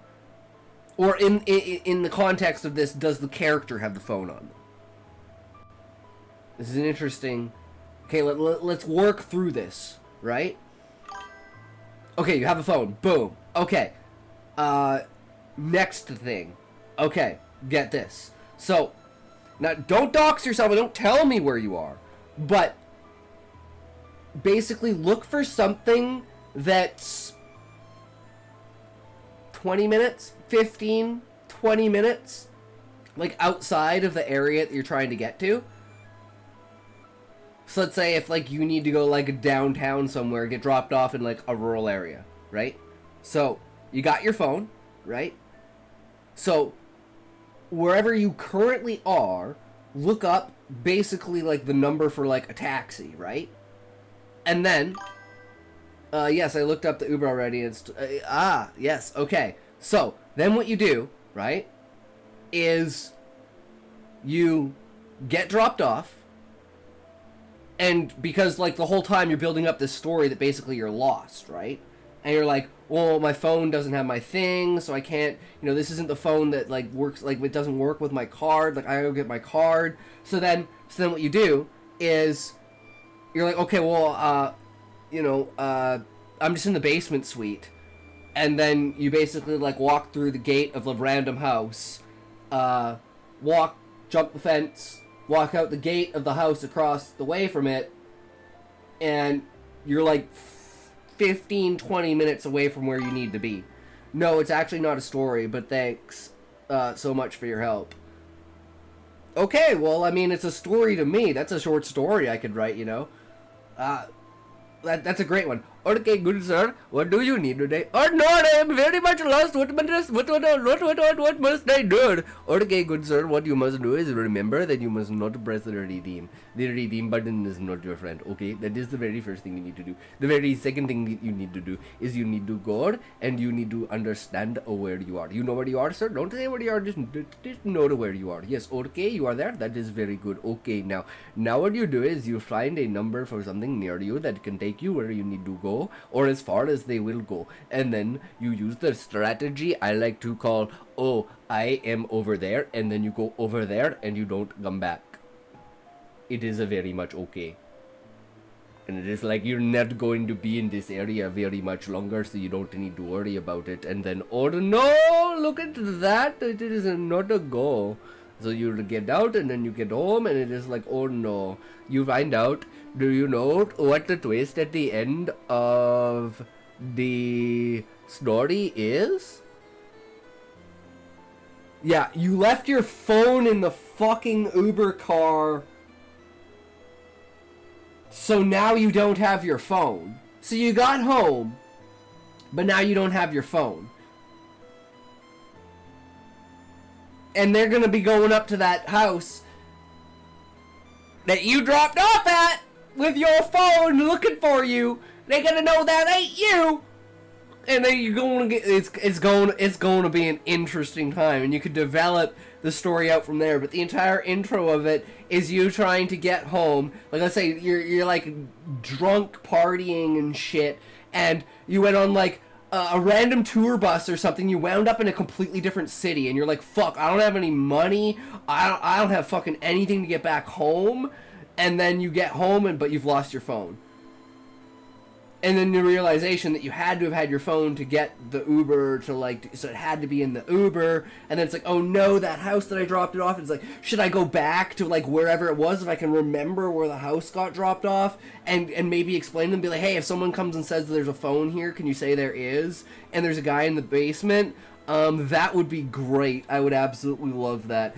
Dude, this is a solid story. No, sir, actually, I was almost, okay. Okay. Oh,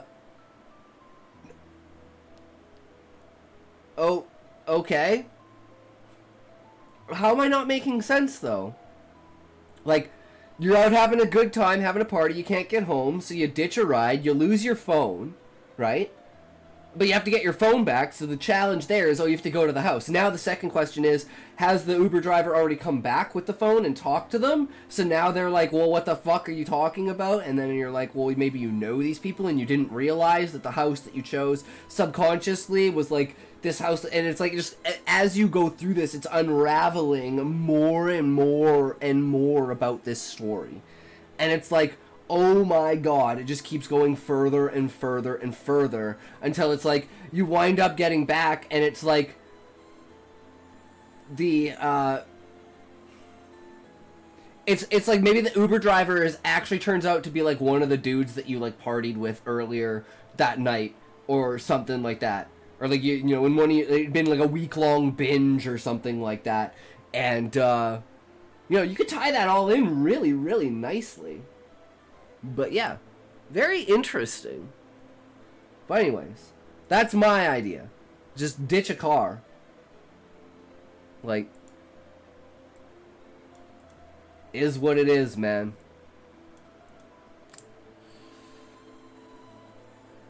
Okay, here we go.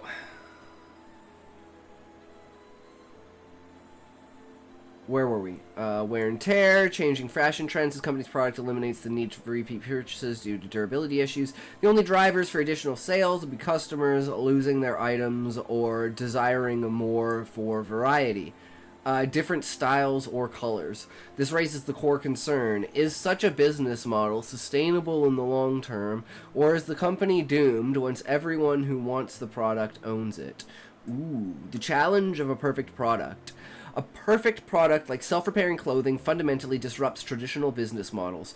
Most companies depend on recurring revenue from replacements, upgrades, or planned obsolescence. Oh my god! It said it without us even typing it in. I didn't even think that it would straight up say planned obsolescence, even though we had not mentioned planned obsolescence at all. Fuck, man, that is brutal. It even knows. That's how rampant it is. Fuck. Computer companies, they release new models with enhanced features, encouraging upgrades even if older devices still function. Clothing companies, they rely on seasonal trends, wear and tear, or shifting customer tastes to drive repeat purchases.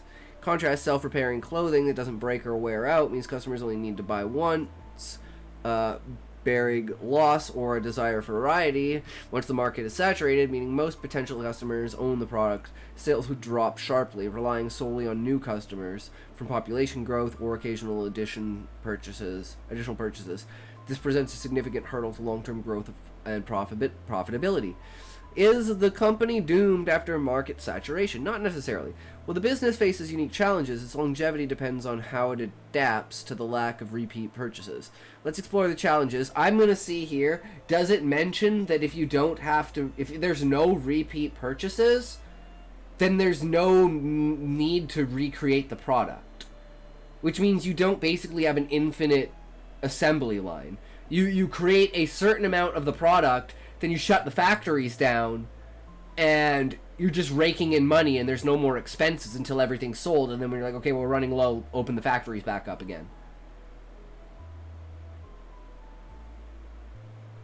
So it's like, I wonder if it's going to go down how the fact that normal companies are always continuously producing a product, and how not continuously producing a product would also affect this.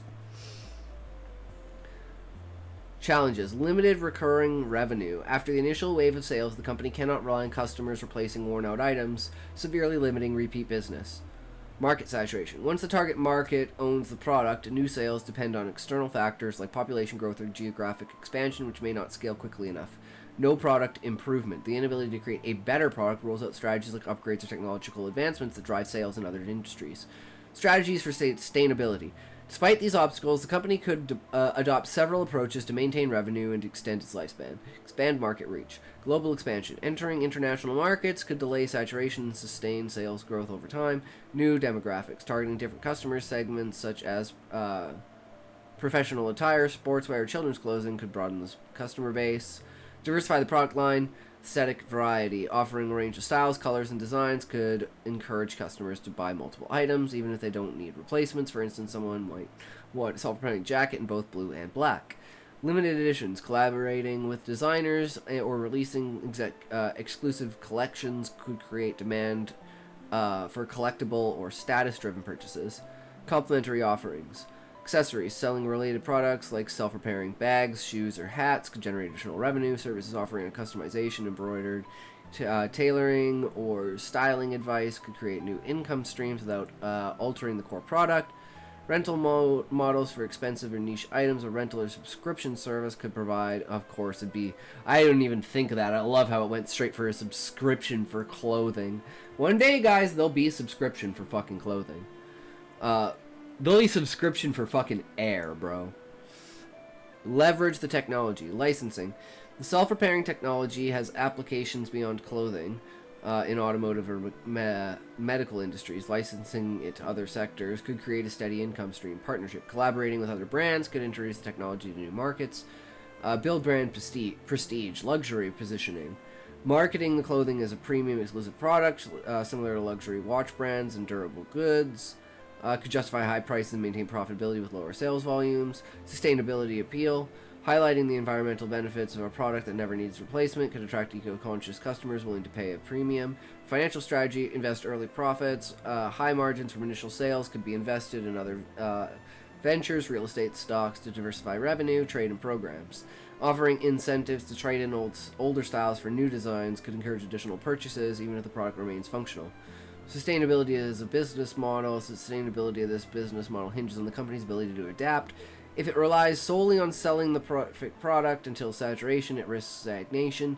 However, with proactive strategies, it can remain viable. Short-term success. The initial launch of a revolutionary product, like self-repairing clothing, could generate significant profits, especially if it disrupts traditional markets and captures a large share quickly.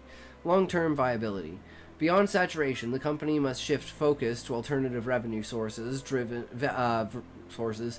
variety-driven sales, services, licensing, or brand-driven prestige to avoid decline.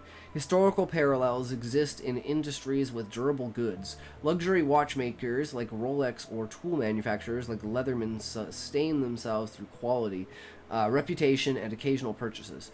Though they benefit from some replacement cycles or upgrades elements absent here, the self-repairing clothing company must go further, innovating within the constraints of its perfect product. Conclusion. The company is not inherently doomed, but its longevity requires evolution beyond a traditional sales model. By expanding its market, diversifying its offerings, leveraging its technology, and building a strong brand, can sustain itself even after market saturation. While it may not achieve the explosive growth of companies reliant on frequent replacements, strategic approach to revenue generation could ensure a profitable if slower-paced future. Thus, the business model is sustainable with adaptation, but it demands creativity and foresight. Okay, let's add the caveat. Would the fact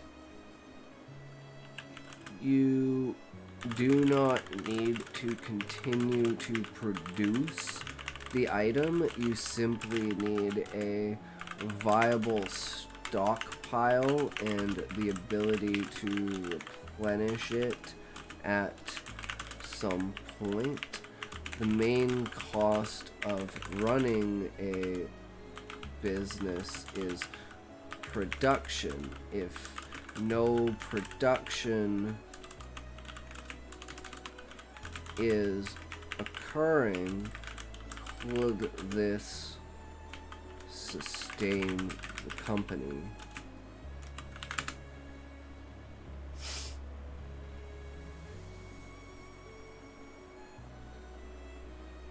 And I have like the perfect one to dive into after this because it already brought up planned obsolescence.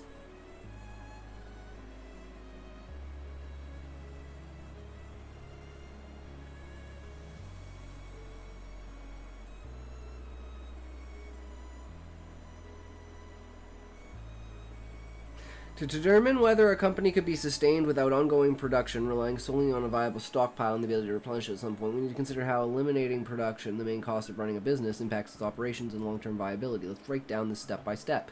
Short-term sustainability. In the short term, halting production while drawing from a stockpile could indeed sustain a company, providing certain conditions are met. Elimination of product costs. Production often represents a significant expense, including manufacturing, labor, and raw materials. By stopping production, these costs disappear, reducing the company's overhead. If a sufficient stockpile exists, the company can continue selling without incurring these expenses, potentially generating profits from existing inventory. Sales continuity. The product is in demand and the stockpile is large enough, sales could persist for a period without new production. For example, a company with a revolutionary or highly desirable product might experience an initial sales surge, allowing it to operate profitably while relying on stored inventory. This approach could work temporarily, especially if the company is planned for a finite period of no production and has the cash flow to cover other expenses. Long-term viability. However, sustaining a company over the long term with this strategy faces significant challenges. While the query mentions the ability to replenish stockpile at some point, the lack of ongoing production introduces risks that could undermine the business. Here's why. Finite stockpile and market saturation. A stockpile, no matter how large, is finite. Once it's depleted, the company must resume production to replenish it. Sales outpace expectations and the stockpile runs out for replenishment. The company cannot meet demand, losing customers and revenue. Conversely, the market becomes saturated, meaning most potential customers already own the product. Sales will slow, leaving the company with excess inventory and no clear path for profitability. Evolving consumer preferences. Markets are dynamic and customer tastes change over time. Even a highly desirable product could lose appeal due to shifts in trends, fashion, or technology. Stockpile of identical items cannot adapt to these changes, risking unsellable inventory. For instance, self-propelling clothing might be revolutionary, but if styles change, stockpile could become outdated. Lack of innovation. Companies that stop producing cannot easily introduce new features, designs, or implementations. Competitors may seize the opportunity to offer enhanced versions of the product, eroding the company's market share. Without innovation, the business risks becoming stagnant and irrelevant. Ongoing fixed costs. Even without production, the company incurs fixed costs as a storage for the stockpile, maintaining distribution, and alternative administrative expenses. These must be covered by sales revenue, which could decline if the stockpile ages or demand wanes. Over time, these costs could eat into the profits of sales, slow without a fresh supply. Inventory risks. A large stockpile ties up capital and carries risks like damage, theft, or obsolescence. If demand drops unexpectedly due to a competitor's innovation or an economic downturn, the company could be left with costly surpluses and no active production to pivot to a new strategy. Role of replenishment. The query specifies the ability to replenish the stockpile at some point, which expects production could resume when needed. This flexibility could mitigate some risks. If the company can accurately predict when to replenish before the stockpile depletes or demand shifts, it might maintain continuity. However, this assumes the company retains the infrastructure, workforce, and resources to restart production effectively after a hiatus, which may not be realistic. Delays or increased costs in resuming production could disrupt the business model. Real-world examples. Consider industries with durable goods. Luxury watches, brands like Rolex maintain prestige with timeless designs but still produce new models to keep customers engaged. Tools. Companies like Snap-on sell durable products but continue innovating to meet evolving needs rather than relying solely on a stockpile. These examples show that while a stockpile can support sales temporarily, long-term success requires ongoing production and adaptation. Conclusion.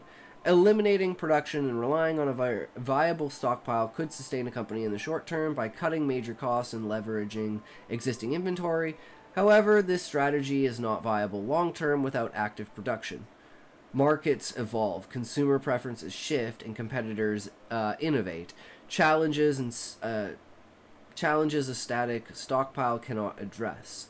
The ability to replenish at some point helps, but only if timed perfectly and executed efficiently, which is uncertain. Ultimately, while a stockpile might buy time, a company needs ongoing production, innovation, and market responsiveness to thrive beyond the short term. Alright, now we're going to go to the absolute extreme and say, so the company at this point is failing and it decides to add in planned obsolescence.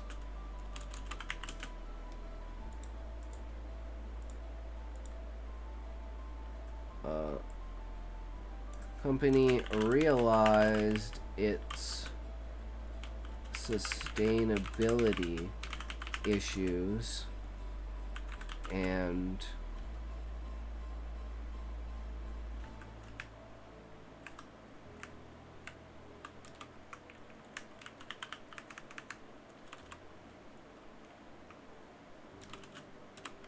added planned obsolescence in the form of after a certain amount of time the clothes stop repairing. The first few years of the company, how do we say this? Before they had the full grasp of the sustainability problem, they made perfect product. So now that products are failing, people are saying that these first generation products still work even after sixth generation products have failed. This calls into question the planned, if there was planned obsolescence,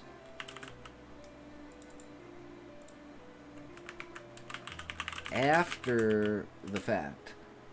What are we talking about? We were talking about planned obsolescence. So we originally started with talking about, and welcome Levi, how's it going? The longevity of a company that made the perfect product. And by it, we were doing like something that could never be improved. So like a piece of clothing that self-repaired. So once the customer had bought it, there would be no need for the customer to continue to buy it. And then it mentioned planned obsolescence just as ways of, you know, where did it say it? Yeah, just the challenge of a perfect product. Perfect product self-repairing clothing fundamentally disrupts traditional business models. Most companies depend on recurring revenue from replacements, upgrades, or planned obsolescence. So it straight up said it without me even saying it. And then we talked about how you would sustain a company like that. Then I said, would the not having consistent production help? And actually not really. So now what we're looking at, it's a cartel breaking strategy. Yeah, so now we're talking about like this hypothetical situation where the first, let's say the first few years of the company, so the first generation clothing still works 10 years later, but the sixth generation product has failed. So now this calls the planned obsolescence after the fact into question and brings the reputation of the company into the ground. Would having a perfect product and a great reputation be more sustainable than a planned imperfect product that and the worst reputation? Yeah, how was your day, Levi? We were doing theme, and we expanded our theme. So, do they give some sort of guarantee of non-obsolescence? If not, then they're not exactly doing anything wrong. My day's been aight. It's not, Levi, it's not so much that the company, it's just the perspective of the people. So it's like, from the people's perspective, they created the perfect product, and then they said, oh shit, this isn't sustainable, so they downgraded what the actual product was, and let's say put a lifetime on, like an aging mechanism on the chips that self-repair the clothing to make it so after, let's say, 5 to 8 years, it just slowly stops working. And it's the perspective of the consumer that if you had started with, if no one knew that the first generation of products or even the first generation of products were planned obsolescence, but no one ever specifically stated, you know, oh, we have technology that will like we purposefully put in an aging thing, there's no reason for it to be there. It's kind of like, I'd say the stupidest argument of, oh, the fluoride in, like, tap water. I mean, it's a basic, like, low-down comparison, but I think that's where it's at. And we were talking about theme, and we discovered a new, entirely new area of theme for the book. So the theme for the book, so let's start at the top. The topic of the book is consciousness. And the theme is a smaller piece of consciousness, which is how consciousness interacts with the real world, the duality of existence. Good people do bad things, bad people do good things. Then we extrapolate that to the question of, does being a good person negate bad actions that you do? And does being a bad person negate good actions that you do? I mean, yeah, people would probably get upset with the company. That said, unless the clothes are hella expensive, then it's no big deal. Yeah, usually, right? So, but then there's the comparison of what would the company look like if it had the perfect product versus what does the company look like without it. And because that's like the main whole point, right? It's just the theory crafting and hypotheticals of looking at both sides of the extreme. Because I like to look at both sides of the extreme. What would it look like if you had absolute planned obsolescence, and what would it look like if you had a perfect product? And then you have to find a balance between it that is satisfying enough to the customer that they like you and have a reputation with you, so you maintain them continuing buying your product after that extended warranty wears out, let's say. But even then, we can extrapolate even more from the theme of being like, how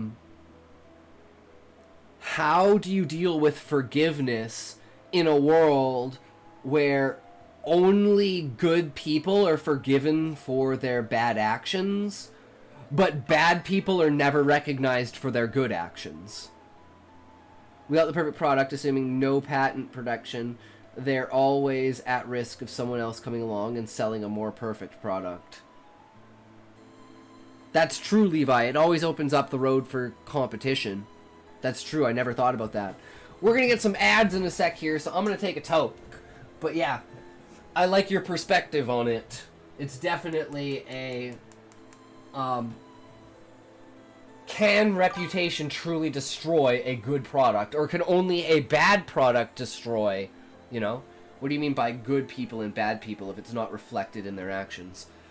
I mean, for instance, someone who is a murderer and, like, through the murder that they commit, I guess it's more of like adverse, like good outcomes come from their actions. It just happened to be that one of the people that they murdered, you know, is either also a bad guy. So it's like they caused some good by killing another bad guy. Or, bad people as in, like, someone who's, like, a complete lying dickbag scammer, but, he's, like, helped someone with something. It's kind of like, I think of, like, the All for One kind of thing, where it's, like, the reason that people follow All for One is because he's seen people at the lowest and given them what they needed when they needed it, and he knows exactly what people need. So it's like, he's doing good for these people in their perspective, but he's overall doing bad. So would you say it's a good thing that he's improving these people's lives, or should he have just left these people's lives alone? Whereas for, like, good person, you know, are you a really good person, but, like, you lie all the time about just random shit? And it's like, well, you do a bad thing, but you're still a good person overall, as in, like you have a good moral compass, you make good decisions, like, as in, you know, you help people and stuff. You're not, like, a complete piece of shit, right? So, but it can be extrapolated in like, the entirety of the scale. Like, you could say, like, on, like, oh, let's say Trump, getting rid of illegal immigrants, but the fucking Epstein files. Is he a pedo? I don't know. Is he protecting one? I don't know. Is he helping the country? Yeah. Okay. Fuck. What are you gonna do? That's the way the world works, man. And that's kind of what the main theme really relates to, is, like, reality. And, like, despite it being in a fantasy world, it holds true to the struggles of conscious life, because consciousness is the topic of the story, and conflict in consciousness teaches value through existence. I think people shouldn't do bad things. Nobody's perfect, and people who do fewer bad things and more good things are going to be forgiven more readily. Yeah, I think it's more about, like, people that have good intent versus people that have bad intent. It's like, the good outcomes of bad intent are not necessarily, you know, taken as highly. Like, if you're thinking, like, there's the forgiveness scale and there's the fuck, what's the other one?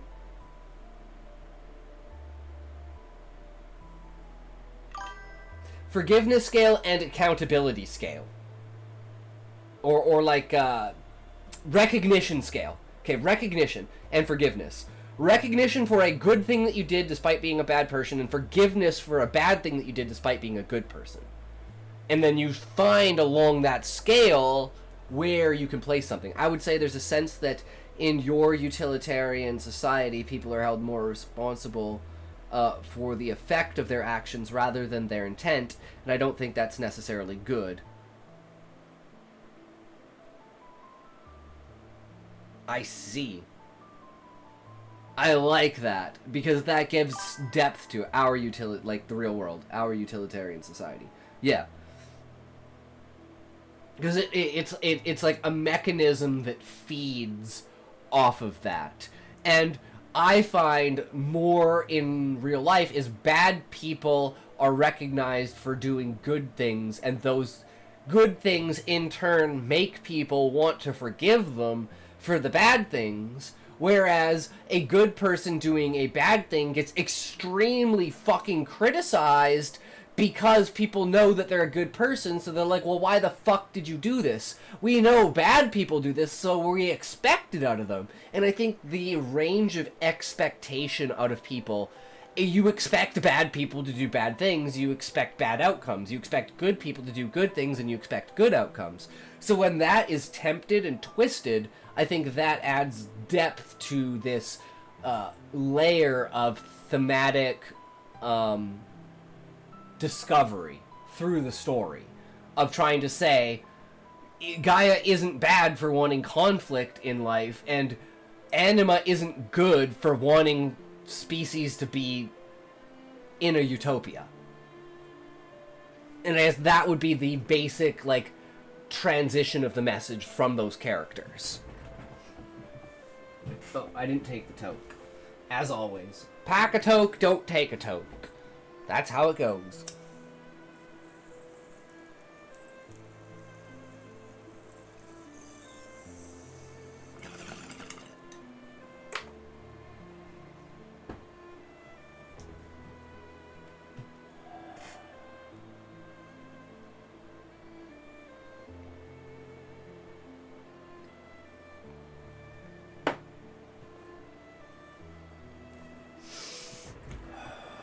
Okay.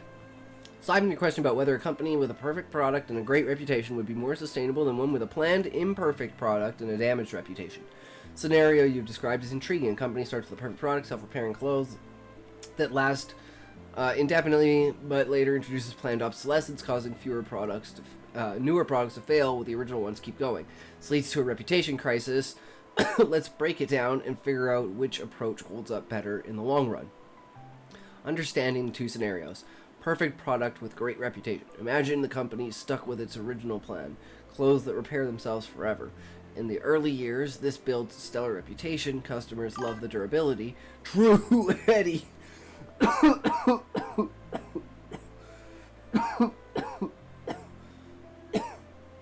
Oh, excuse me.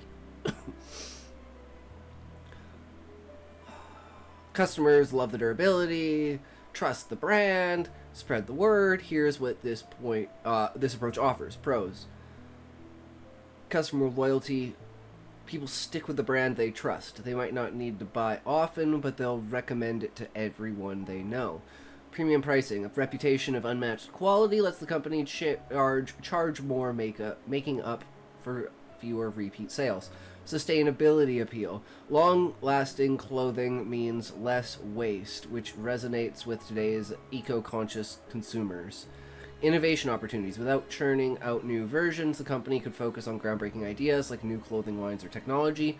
Cons. Fewer repeat purchases. Once customers have their clothes, they're set for a long time. Market saturation. Sales might slow after the initial rush, as everyone who wants the product already has it.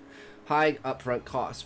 Perfecting self-repairing clothes likely took a big investment. Planned imperfect product with poor reputation. Now let's look at what happened.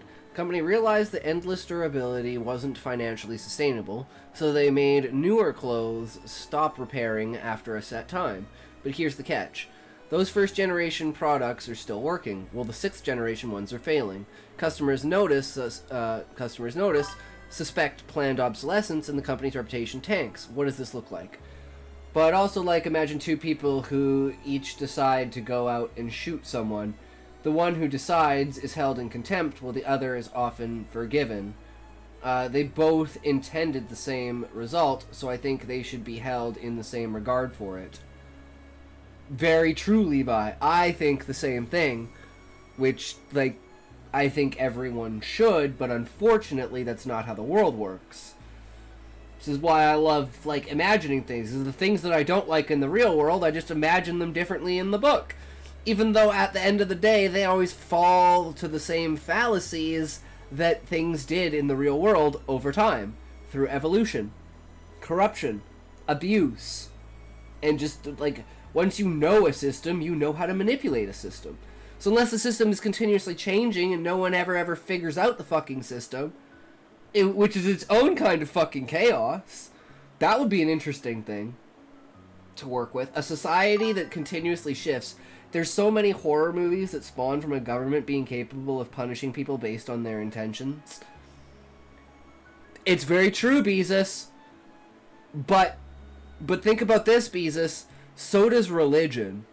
Fundamentally, a thought is a sin. If you think it, you have already sinned. At that point, all you can do is repent. But that's where abuse of the system comes in, right? How do you prevent abuse of the system? And in this case, like, it's not prevention so much as it is minimalization. You know it's going to be abused, but you can find and fix the loopholes. One of the biggest problems is the people in power find the loopholes and they're like, damn, that's fucked up. I gotta use that, bro. What the fuck? And then they never fix it. Because they abuse it. But that's the whole power corrupts thing, right? I don't need to get bogged down in government being able to nonsense because I'm not statist. Do you punish intentions before the action happens? That's where the abuse comes from. Yeah, I think intention should only be used, like, after the fact. Like, for instance, in Levi's thing, where it's like, two people plan to do something, and let's say one person is to lure the person there, and the other person is to kill them. The intent between them is the same, but even if it's proven in a court of law that the person lured the person there, they're not going to get as hard a sentence as the person who actually killed them. Even though if you look at the plan as a whole, it might not have worked if the first guy didn't lure the guy to be killed in the first place. Like, if the trap was, like, if there was no trap. So, you punish actions, you don't hold actions in contempt, though. You hold people in contempt based on your personal inference about their intentions. And that's more of like a social justice versus a governmental justice. One is how you approach people and treat people, and the other one is, are you going to jail or not?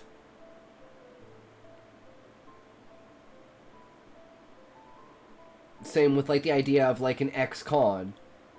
It's like, well, you've clearly integrated, especially if, like, it's been, like, 10 years since you were in jail. It's like you've clearly reintegrated back into society. Or you just got better at hiding the shit because now you know how to not get caught. So, there's one or the other, right?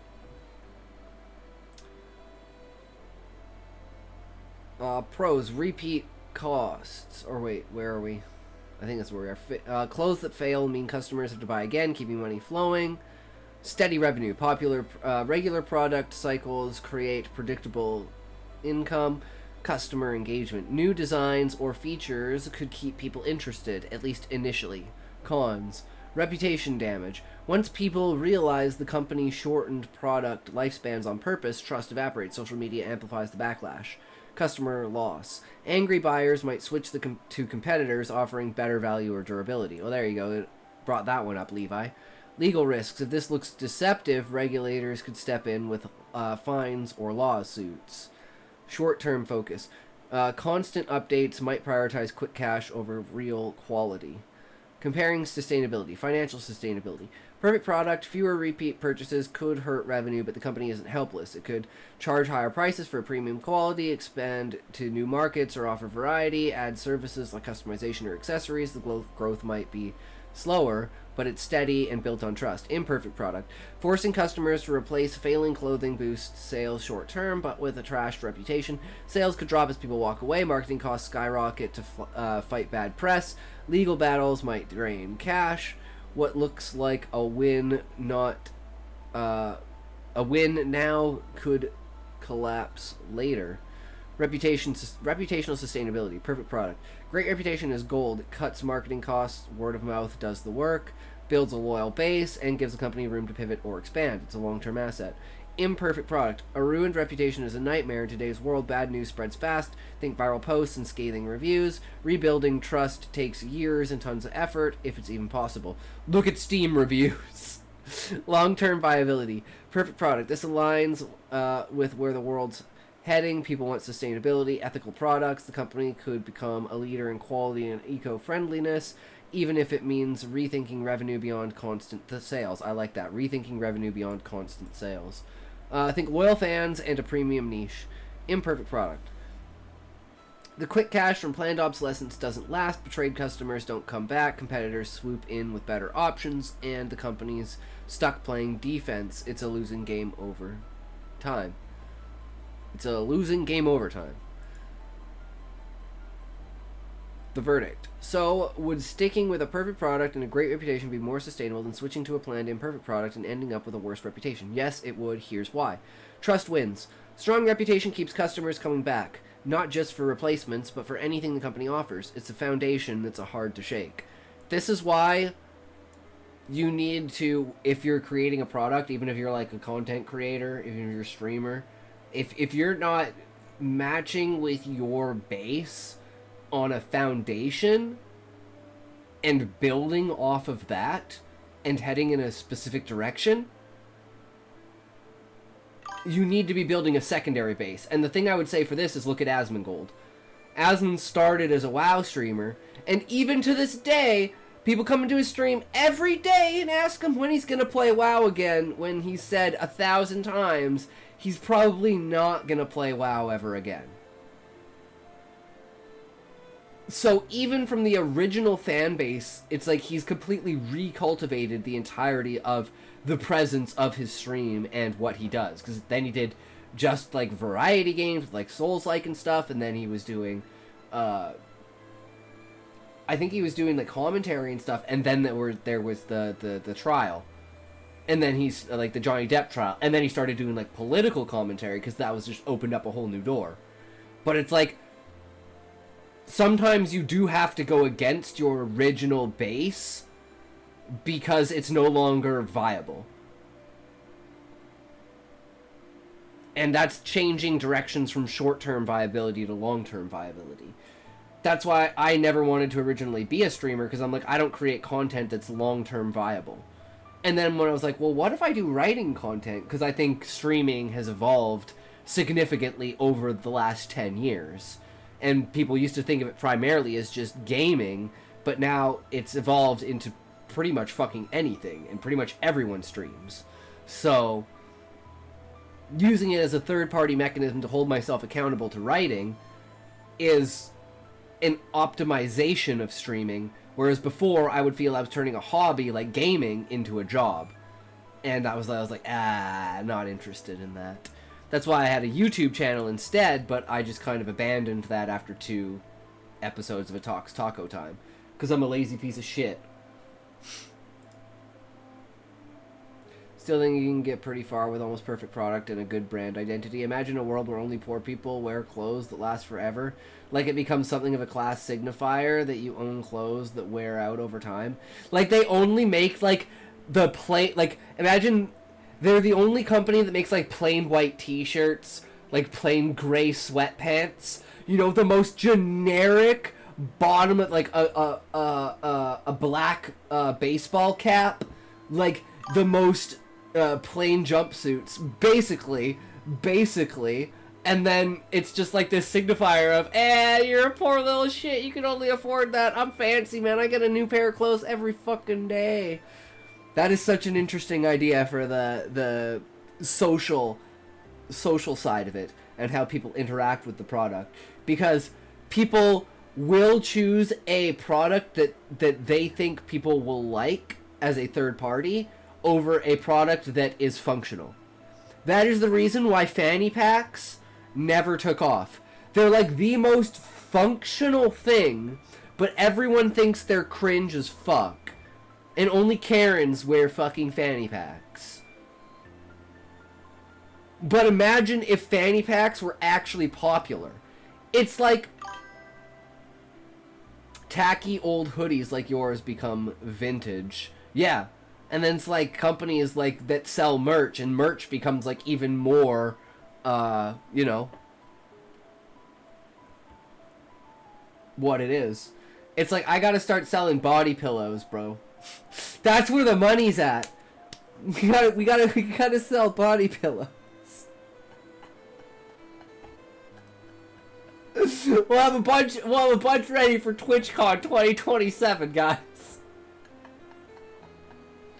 Oh, it's kind of. I have so many ideas. It's flooding through my fucking head. It's just retarded. Oh my god. But yeah, there's definitely trust wins, and you want to build a good foundation, and that allows people buying pre-ripped jeans that automatically repair to their slightly ripped state because you can't afford to keep buying real jeans. I mean, at this point, my jeans look like that just through the wear of them. But yeah, I never understood the fashion of ripped jeans. You know what we said, guys? Guys, you know what we said when we were in high school?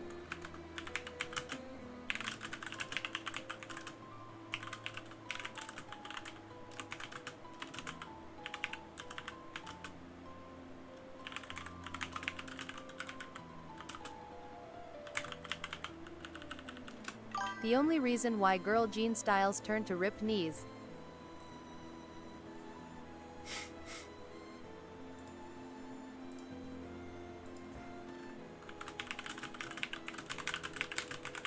If you know, you know.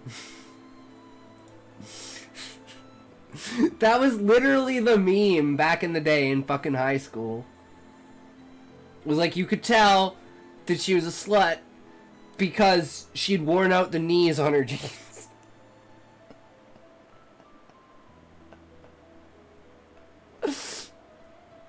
And then just somehow in like 2004, 2005, 2006, it just became the norm. And now it's like you can't buy a pair of jeans that aren't fucking ripped.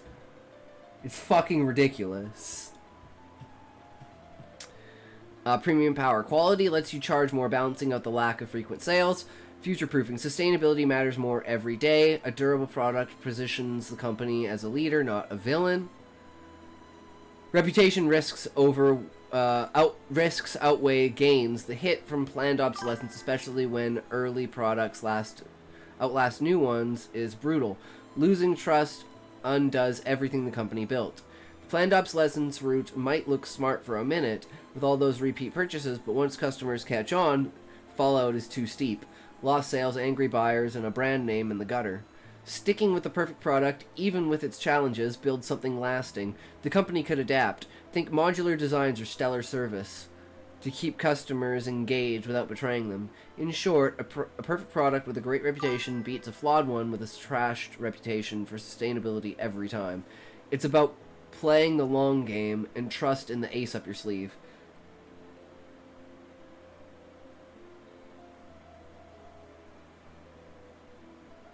You miscalibrate your planned obsolescence and it just ends up lasting basically forever.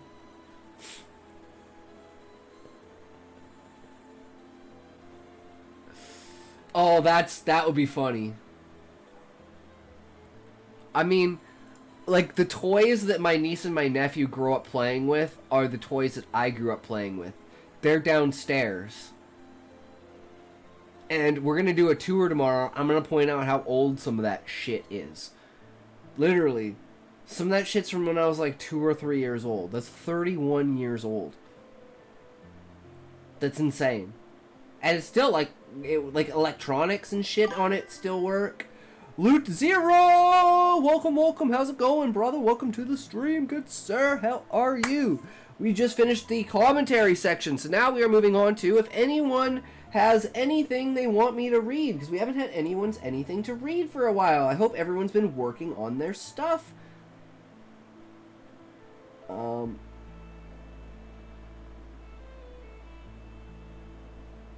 But yeah, so we'll just carry on with the story that we were reading. The fire and the flame, or the ice and the fire. The fire and the flame. You know. Frost and the flame. I can't remember. Fuck it's called. The frost and the flame. There we go.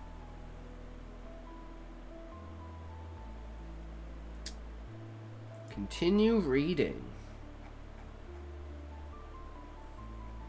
Okay, so we already commented on this one. So we want to go to next chapter.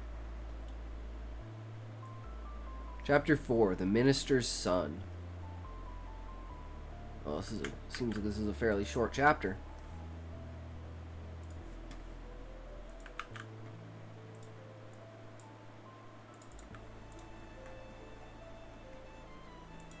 Alright.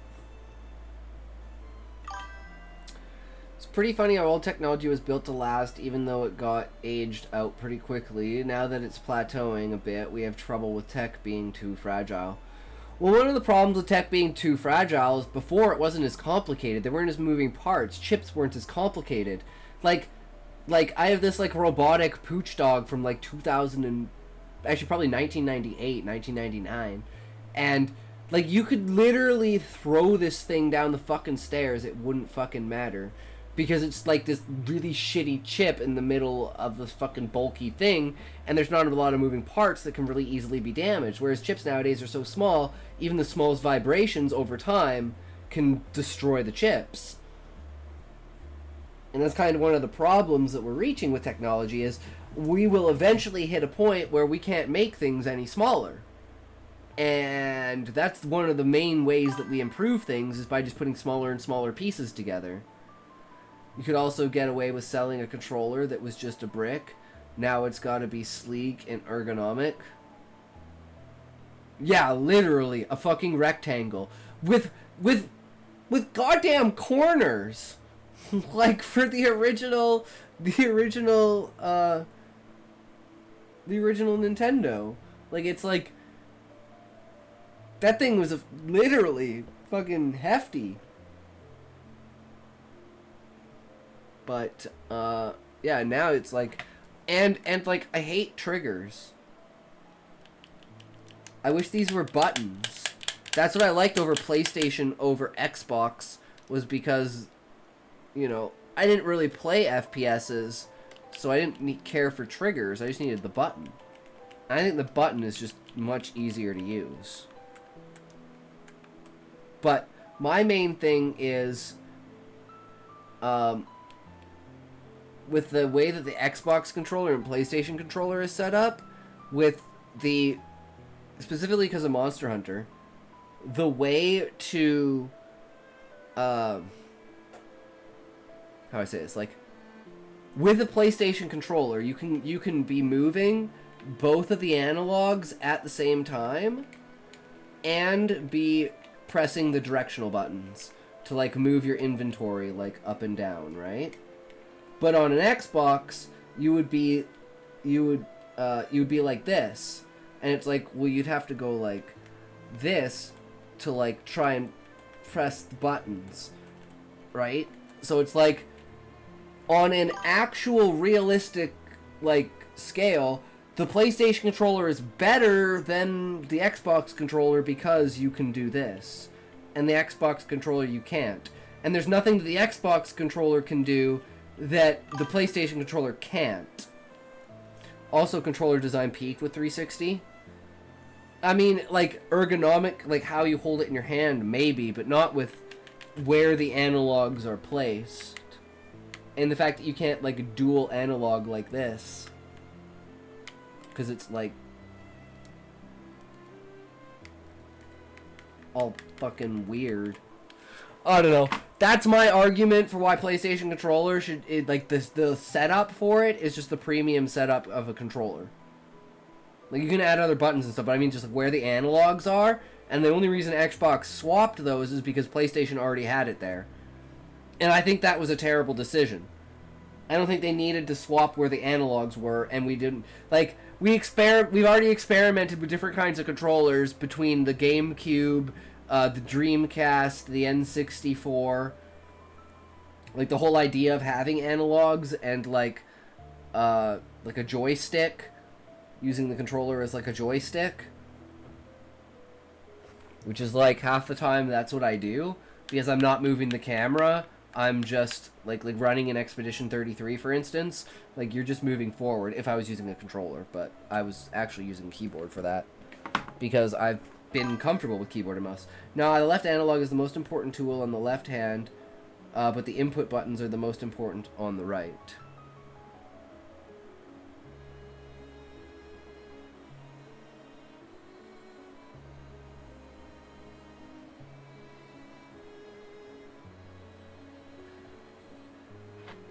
But, like, so you're advocating for the Xbox controller layout being better than the PlayStation.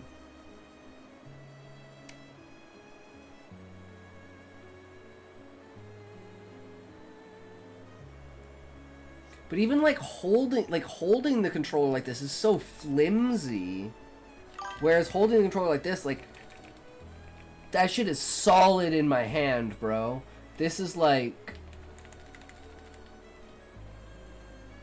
Yeah, the layout is better because it's about input priority. Okay, so explain your logic, Levi. How is input priority impacted by changing the analog placement?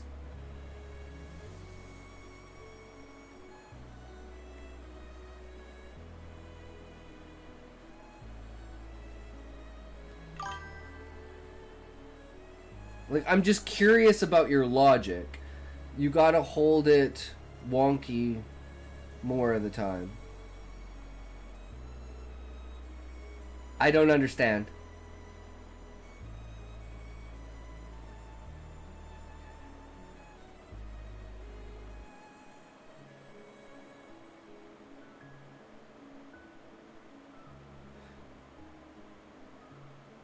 Okay, so when you mean wonky, do you mean holding it like there's holding it like this, right? And then there's holding it like this. Is that what you're talking about? So because these buttons are the most important buttons up here, the analog is the most important button here, so the analog should be there because these are the most important buttons. So you don't have to be, let's say, offset like this? Is that the logic? Wonky is when one's at the top and one's at the bottom.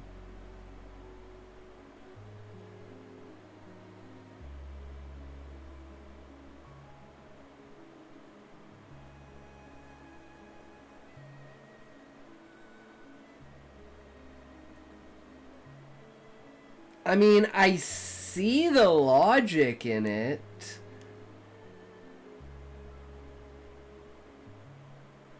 But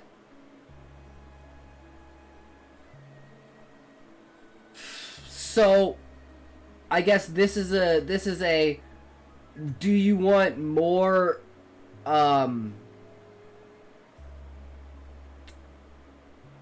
accessibility, or do you want more ergonomics?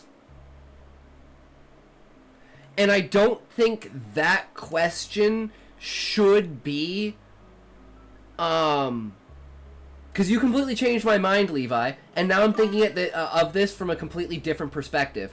Also, the top stuff is just easier to press when you're also using the triggers.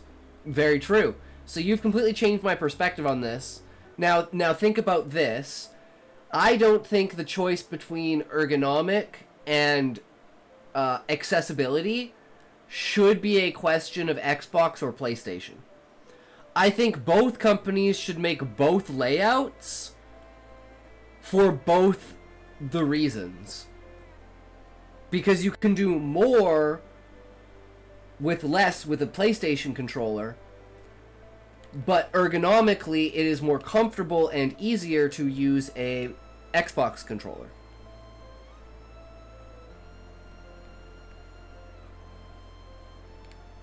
And to me, that's the difference between using this mouse and this mouse. It is a complete style choice. That I would never use this for video gaming or anything. This is like for like relaxation editing and just chilling and just in general use, because you can basically use it from anywhere at basically any position and you don't have to worry about anything.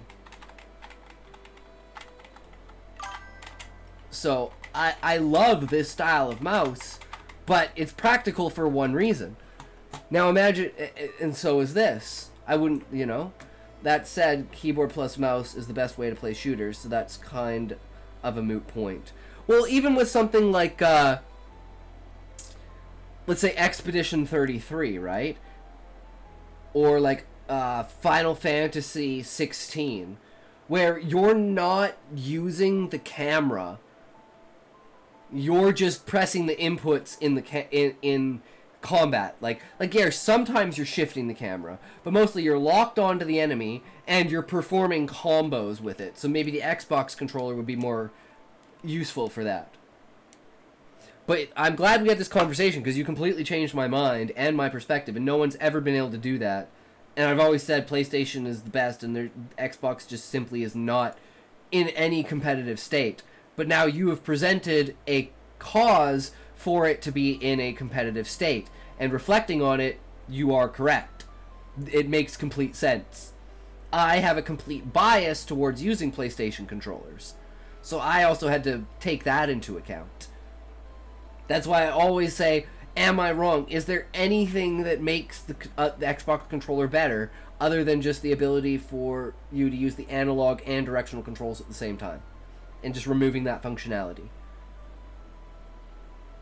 And yes, there is an answer to that question, which is fucking awesome. This is why I hate talking to people in real life. No one ever gets down to, they're just like, I don't know why. And I'm like, I'm not trying to be like belligerent. I'm actually legitimately like, I want to know why, because I'm curious. I'm just curious why people think Xbox controllers are superior.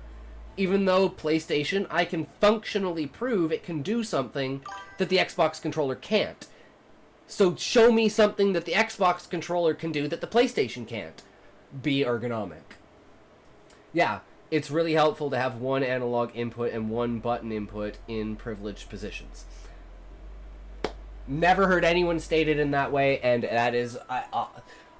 thinking about it now, I'm like, damn, man. That blows my fucking... That blows my...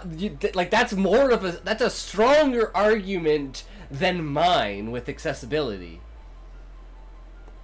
My biggest gripe with the PlayStation controller is how it feels in the hand, though. It feels fragile. Yeah, but I like that. I like small controllers and stuff. Like, I have small hands, but I could totally understand why you would think, yeah, it's small and flimsy, and an Xbox controller is definitely, like, it has the weight to it, right? It feels like an N64 controller with a fucking rumble pack on it. Whereas, I don't know, this is a PS4 controller, but I'm guessing the PS5 controller is even more like boomerang type, right?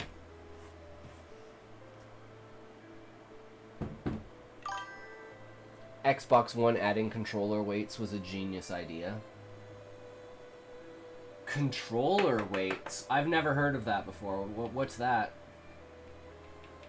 Like the weight of the controller, and then like different controllers weigh different things. So you have like a 4-pound controller, like a 6-pound controller, like an 8-pound controller. So it like feels like you've really got it in your hand. It's just weights to make your... Oh, it's just extra weights that you can put on the controller to make it heavier? That's cool.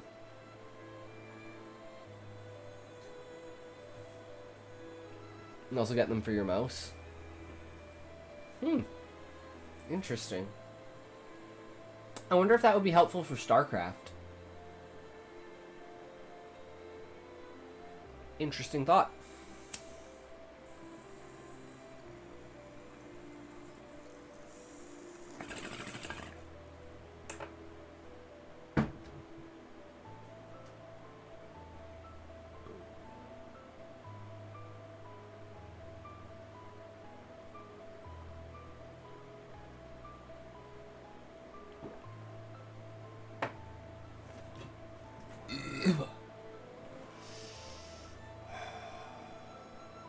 All right.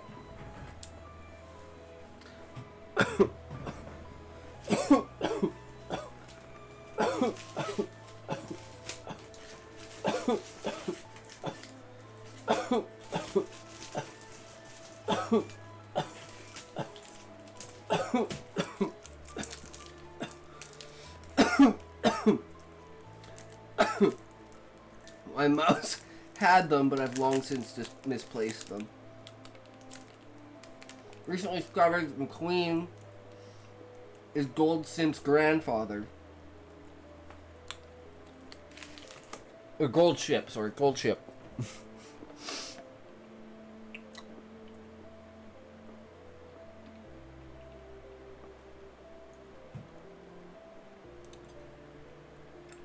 Man, I don't know anything about horse racing. I don't know anything about horses. But I did find out that Goldship is like, I don't know if it would say the horse with the most personality, but apparently it's like goofy and like ridiculous and like, I don't know. Goldship is a real clown of a horse. Yeah. Yeah. Is that like, I don't know anything about horses or anything, but do you think that's like, I guess the way to say this would be its expression of like pride.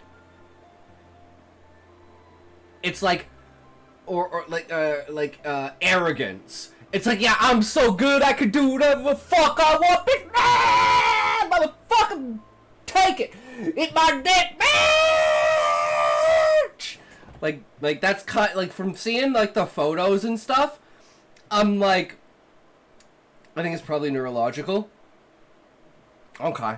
Are there any other horses that have like specific attitudes like that? Or is it literally only Goldship? Like, oh, okay. I should have looked this up. What is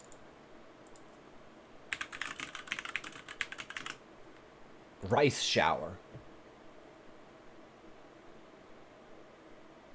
Because Rice Shower is definitely my favorite character.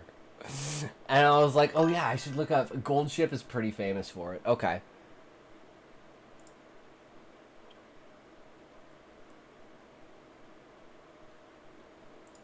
Okay, let's see.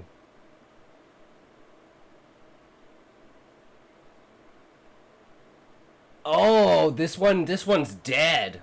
This one's long dead. One of the horses is a very successful stallion, and they've leaned into that a bit. Ah, he's the breeding horse? He fathered them all! All of them. A lot of them are dead, some rather tragically. Oh, that sucks. Is Goldship still alive, or is it dead?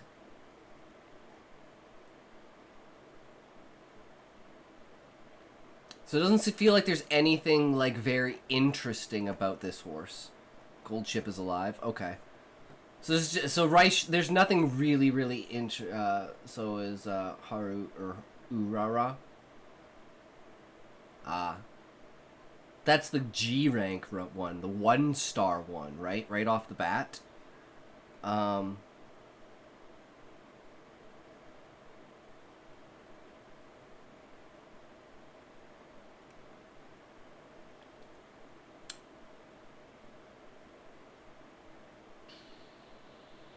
Yeah, it doesn't really seem like it's a very interesting horse. Damn it, I chose a really shitty horse. Damn. That is what it is. You can't win them all, right, boys? Oh, are we out of music? We are out of music. Oh, excuse me. Okay, let's try this. Okay, I like this. I like this. Let's go with this. All right. Are we ready? Let's get into it, boys! Bok Joseon, Year of the Tiger, 19th Winter. I do not fear death, I only fear becoming what they wish me to be.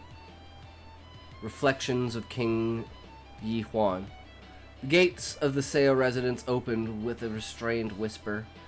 The night air was thick, heavy with the last snowfall, and frost still clung to the soles of the rider who dismounted without haste. Seo Jisoo had been away from the Frozen Kingdom for years, but his dark eyes did not falter as they gazed upon the old house of his childhood. He had returned from the great Ming Empire as a scholar, yet his face bore none of a sage's pride. It was crossed by a shadow denser than the journey itself. He stepped over the threshold like one entering a battlefield. Awaiting him was his father, Seo Guillaume, Minister of Rights. Standing with hands clasped behind his back, draped in black silk, he observed his son, like a craftsman inspecting a piece returned by the goldsmith after years of forging. There was no warmth in his eyes, only a flicker of satisfaction and calculation. "You have returned," he said without moving. "Just as you asked," Jisoo replied. He did not bow, he did not smile. There was a long history between them, of silence and fractured obedience. Crossing the border was no easy feat. The north is a bleeding wound. His father nodded slowly, asking nothing more. Then he turned and walked into the house. Settling at the table in the main hall where the brazier glowed faintly, he offered neither tea nor seat. "The king is dead. Yi Huan will be crowned by morning. We do not yet know how we will rule, but we will find out." The minister paused. "I need you to enter the court of ice." Jisoo looked at him in silence. His eyes were calm, but something flickered within them, a tremor, the echo of an old memory. Yi Huan. "As royal secretary, the post will be yours. I've pulled the necessary strings to secure your place in the palace." "Why me?" "Because you are clever, and because he won't dare suspect you." The minister turned his gaze slowly toward the brazier. "You know him, don't you?" Jisoo lowered his eyes. He did know him, but not in the way his father imagined, not as a strategic piece on a chessboard. "I saw him once," he said softly, "when we were children." And then the memory returned. The palace was shrouded in the mist of an early frozen morning. Between the marble pillars of the north wing, where servants rarely wandered, a boy sobbed in silence. He wore a patch over one eye, his hands stained with blood, his face drenched in tears. He dared not let fall aloud. Jisoo had found him by chance. He was only 7, curious and defiant, chasing a butterfly that danced through the frozen palace gardens. But upon seeing the boy hidden beneath the stone steps, he stopped. "Are you lost?" he asked. The boy shook his head. He didn't look up. "Are you hurt?" Silence. The wind stirred the fallen red leaves of the royal ginkgo. "It seems you carry winter with you," Jisoo whispered, and then, for the first time, the boy looked at him, one dark eye, the other concealed beneath seasoned silk. "Do I frighten you?" "No." Yi Huan remained silent for a moment, then barely. He nodded, as if the simple gesture cost him a world. Jisoo sat beside him. No more was said. "And what am I to do as secretary?" Jisoo asked, returning to the present. His voice was neutral. "Listen, watch, record, We must know if he weakens, if he hesitates, if he can be manipulated. Do not forget, he is not like the others. His voice lowered. He hides something beneath that patch. Jisoo swallowed hard. His gaze remained steady, but a shard of frost had lodged in his chest. The boy who wept beneath the steps, the unwanted crown prince. And if there's nothing to tell, there's always something. Find it. Is that an order? Jisoo countered. It is. For the good of the nation. For the good of the nation, Jisoo repeated inwardly, trying to grasp meaning in the words, but instead he asked, any clues as to the assassin? Minister raised an eyebrow. None at all. Eunuch Choi Sung appears to remember nothing. They may subject him to a trial of truth. They'll summon a Haitai. It's possible. The minister met his son's eyes. I trust by then you'll be close to the new king. With that, he turned and returned to his affairs. The conversation was over. Jisoo did not reply. He stepped out of the hall with quiet steps, but within him something trembled. A child's voice whispered in his memory, louder than his father's commands.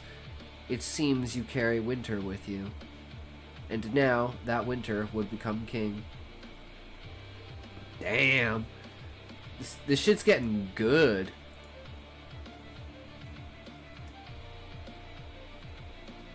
Did I close it? No, I should have it still open, right? Yeah, here we go. Okay, we can get rid of those.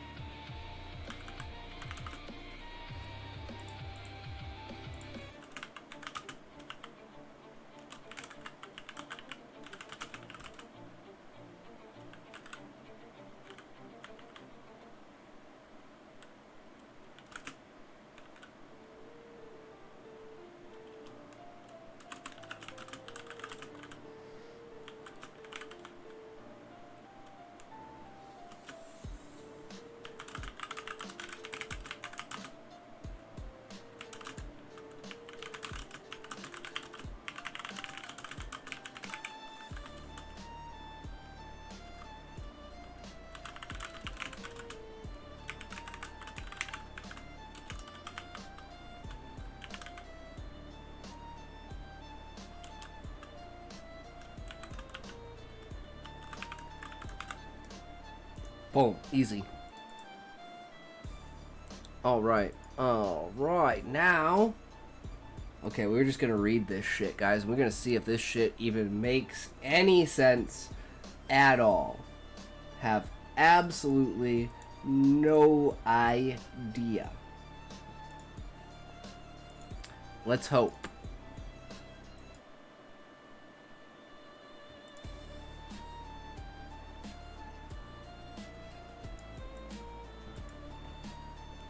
And remember, we don't have any of the pros on here.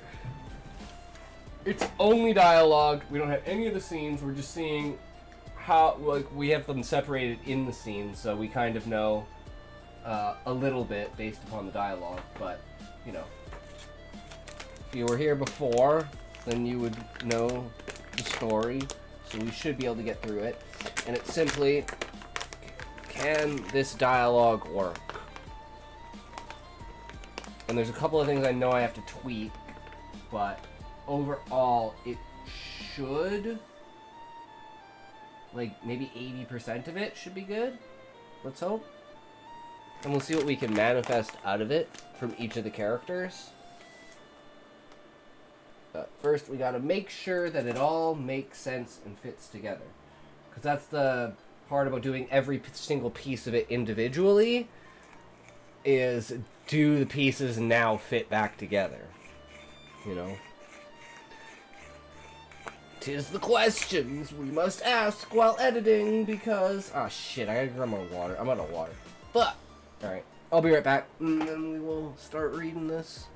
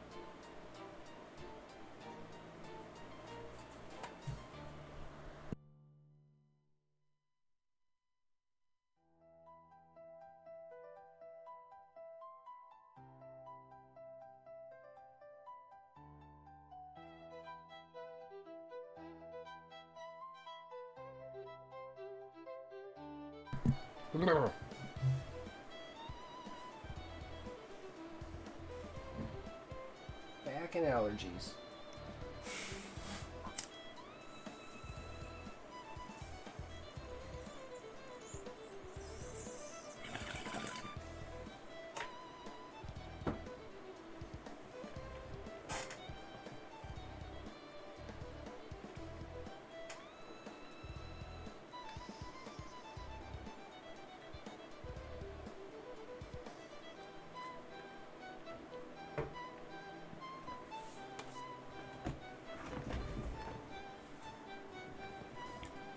Alright.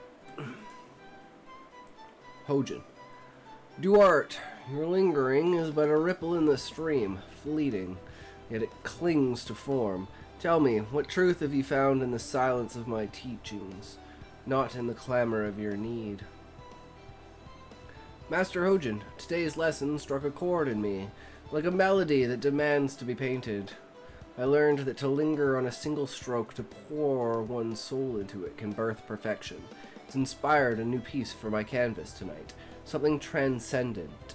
I've waited here, hoping you might lend your wisdom to shape it. May I share my wisdom with you? Duarte, you seek what the wind cannot hold. Praise is but a shadow cast by the self. Cullis, your stillness speaks louder than clamor.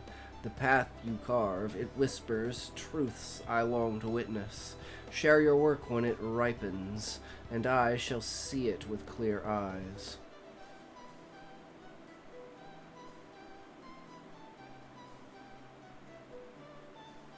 Not sure about this, but the fact that, like, you know that Cullis is, like, standing there with him,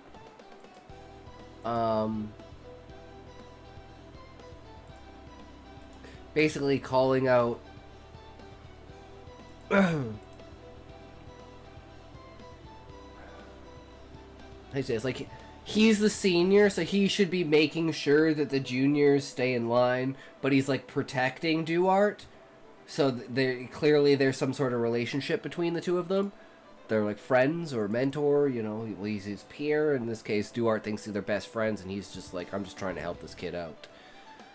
I understand, Master. My eagerness perhaps outpaces my patience, but this piece, it will sing of worth, of truths beyond the blade. I'll refine it alone for now, and when it's ready, I hope it might capture your eye. Thank you for all you teach.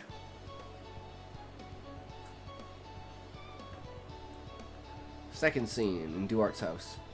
Duarte, my heart, the delivery of the council's scribe was due at midday. Midday, not dusk.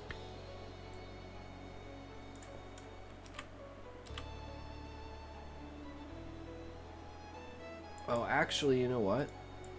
I just had a... I think I was thinking about this the wrong way. This is like a shock.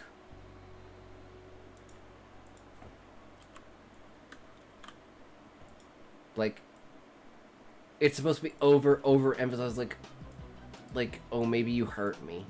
So that's an interesting route to go. You know, like, trying to use, like, almost emotional manipulation to try to get him to do his job. My poor heart! The delivery to the council scribe was due at midday. Midday, not dusk. You know what it costs us from the Varnholt name? I don't know if we're gonna keep that. For now, we're just gonna call it...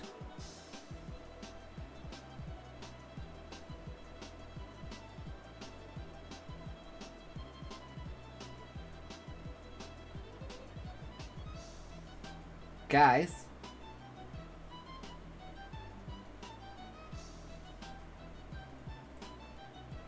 What if...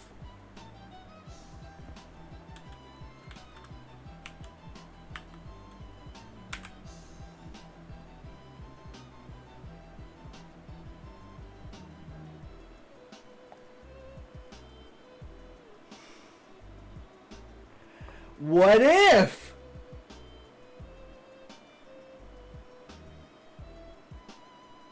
This could change a lot. This could change a lot.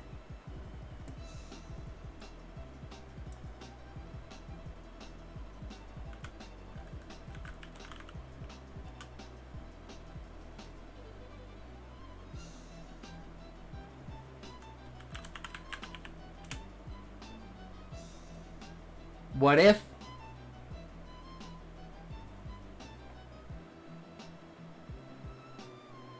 What if?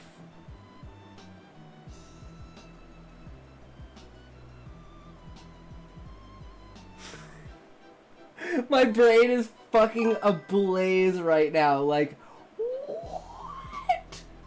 How did I not think of this? Could this work? That I'm keeping that for now.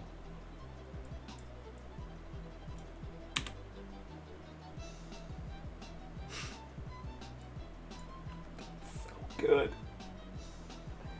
Oh, there's so much potential. There's so much potential to that.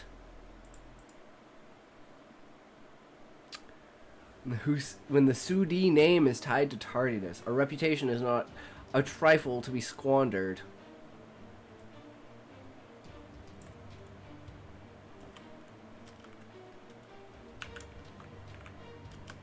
This family's legacy depends on precision, on trust. How are we to secure the new contract if our own son undermines us?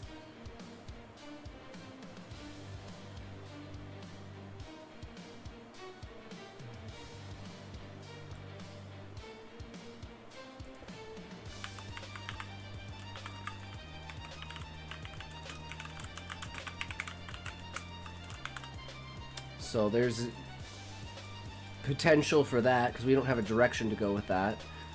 Just bringing new ideas in through the dialogue helps a lot too. Paper reaches destination, Mother, I swear it. The client needed extra hands to catalog their stock, and I stayed to help.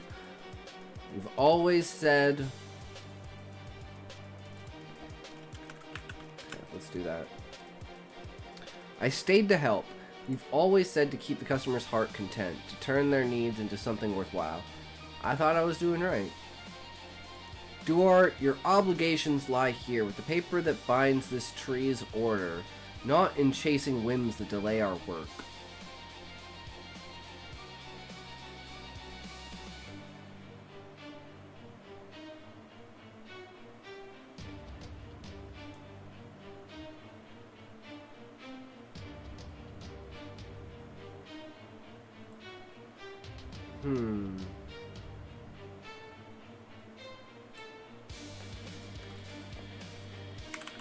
Okay, so this will be something to work on. We're not sure about that. Let's go into this. Guild fills your head with tales of glory, but every moment you linger, loading crates, playing hero. You erode our family's name. Duty is not a suggestion, son. It is the foundation we've built for you.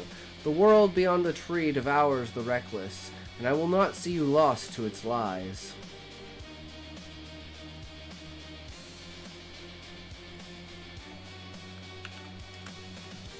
I hear you, Father.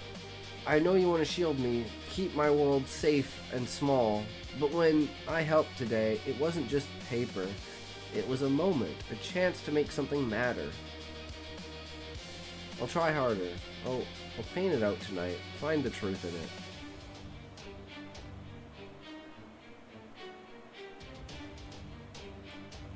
Okay, this can be changed. Something about this, but everything else, like, you know, the satisfaction from, you know, feeling like you did a good thing. Chance to make something matter. And we need to emphasize his painting.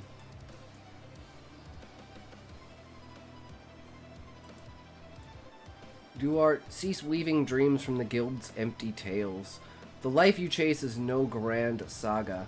It's a fleeting spark snuffed out by the wild's cruelty. We've entrusted you with their shipments. A privilege you strain with every wayward thought. Your place is here, forging the family's legacy, not chasing shadows beyond the tree. You're too young to see the cost. Bide your time, and let duty guide you.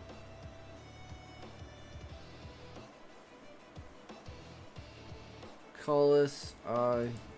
He's gonna have like this nervous thing that he does. That's gonna be like in his mannerism. And it's like he's gonna slowly get over that after Collis's death. And it's kind of like the idea of like a stutter. And it's like now, and it's like a presentation of his conviction, basically, through a physical manifestation. He no longer stutters because he's confident in knowing what he needs to do. And he's prepared to do anything to do it. So he is no longer second-guessing himself. I need your counsel. My parents believe I'm merely late with deliveries, tangled in their paper empire.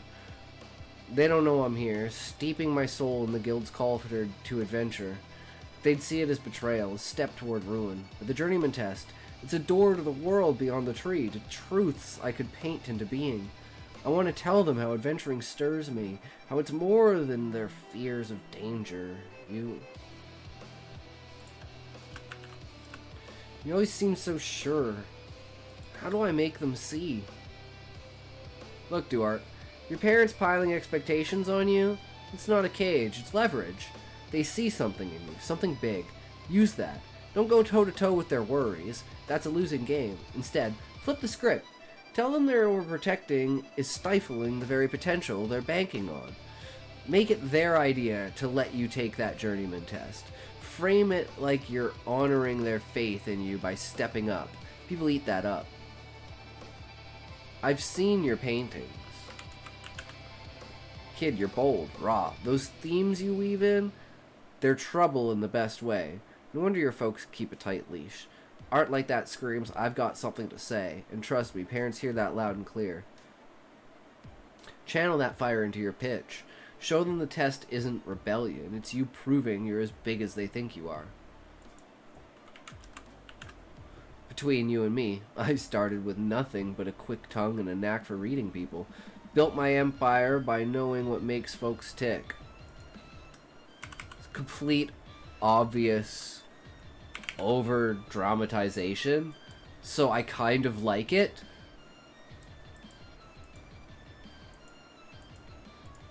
But we'll have to switch it up just maybe a little bit. But I kind of like that.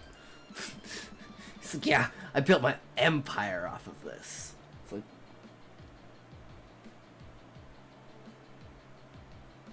maybe it shows overconfidence, and it's like the believability that because I want to build the believability that Cullis would put himself in a position that would get himself killed because he's he's like chasing the fame, essentially.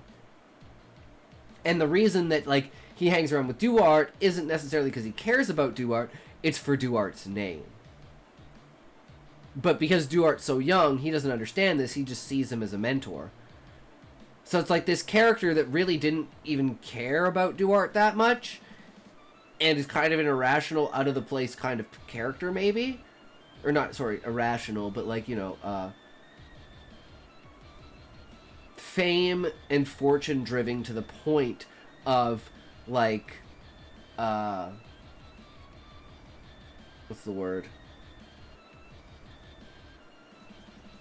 like taking too many risks, you know, gambling on your shit when you shouldn't be, stuff like that, putting yourself in positions that you probably shouldn't be, trying to show your worth when you really shouldn't be.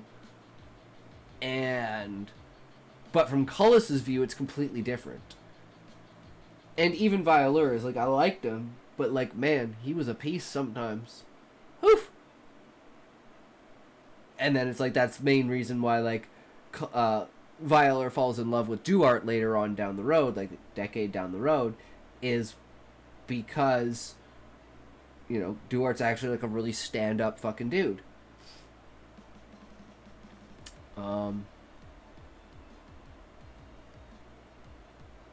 But yeah, so maybe some kind of over dramatizations like this to show that Cullis is just a little bit close to the edge. And that'll give the believability to his death and the surprise when you discover that his death wasn't an accident. Or it may not have been an accident, because these adventurers, like, basically kill, like, 20% of the fucking journeymen that die.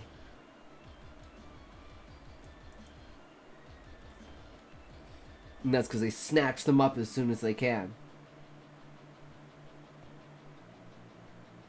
And maybe it'll be a race thing, too, where it's like, they only pick avians, or they only pick insectoids. Like, they're octopi that only pick avians and insectoids as squires. They don't pick other octopi.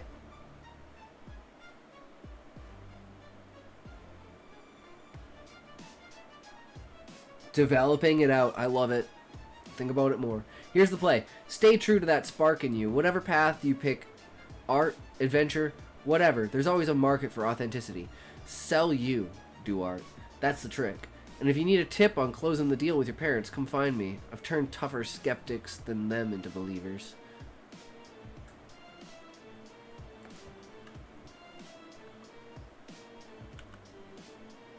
This is actually kind of really important that he says this. Thank you, Cullis. Your words cut through the fog like a master stroke. See Hojin's wisdom in you. Clear and sharp. I'll sketch what to say, find the colors of truth to share with them. Maybe that's the first step. Listen, Duarte. Most problems boil down to miscommunication. Someone not listening. Parents like yours, digging their heels in, that's a signal they're scared of something specific. You want to crack this. You've got to find out what's got them spooked. Sit them down, lay it all out. They shut you down. Well, flashes a grin. Sometimes you just tip your hat and walk your own path. Freedom's a great negotiator. I don't know the whole of it, Cullis. Their words are like shadows, vague but heavy. They speak of danger, of the guild spinning tales that lure the youth to ruin. I can't just wait for their hearts to soften. I feel the journeyman test calling me now, like a canvas begging for color. I must act soon, but their reasons, they slip through my fingers. So what's the deal? You ever pressed them on why adventuring is such a hard no? I'm betting there's a story there. Stories, my friend, are currency. Spill it. What do you know? When I was smaller, I'd proclaim to the skies, I'll be an adventurer, bold and free. But my parents, keepers of the...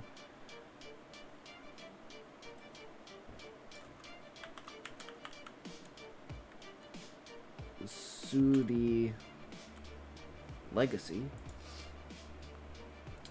would frown and say, that's not the way of a Sudi. The way a Sudi carries himself. They'd hush me, their voices sharp as quills, insisting I belong to their world of ledgers and deliveries. My drawings, my secret sketches, they were my rebellion, my way to breathe. They don't care for my heart's colors, so long as I stack their papers neatly. I had to face off with my folks young, Duarte. Cut my own path when they tried to box me in. Trust me, standing up to them wasn't easy, but it was the spark that lit my fire. You've got a choice here, and that's power. Confronting them would flip the board in your favor. Show them you're not just their kid, you're a player at their own right.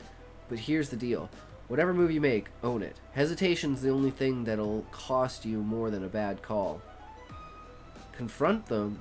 I see their faces in my mind, stern as stone, and my words falter before they form.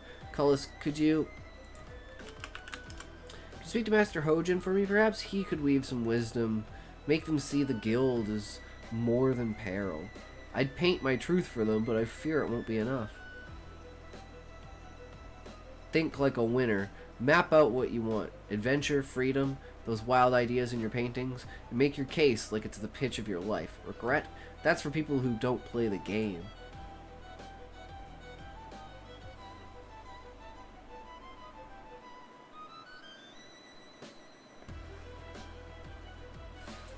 Okay, this doesn't respond. This is the first time there's been something that's like, it doesn't really connect. There needs to be more here.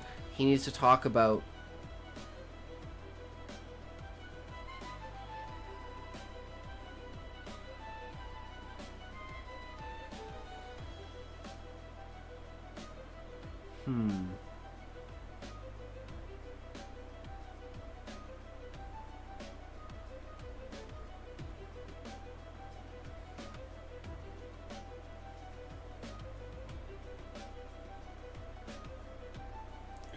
I think this needs to go here. And this needs to be Cullis dialogue. Needs to be, let's see.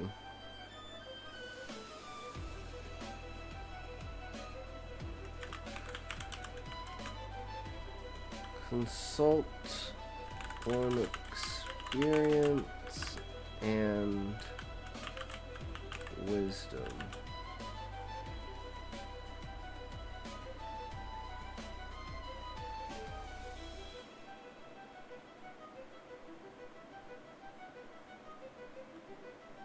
I want to make a joke here, like, and this is more like Cullis, like me thinking on Cullis's over-the-topness. When he says consult one of experience and wisdom, he's speaking about Duarte, and he's going to make a joke about Hojin. Kind of like reversing the situation. So I'm just wondering how to word that. I was going to be like,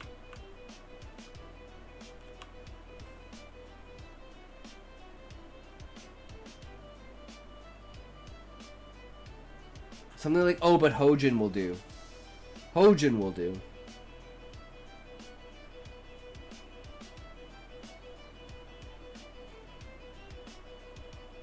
Or something like, Hojin will be the next best thing. Or something like that.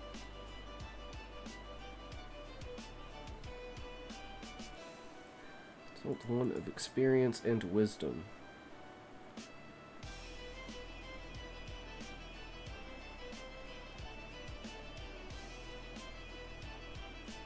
Like, I guess Hojin will have to do something like that. Some sort of joke.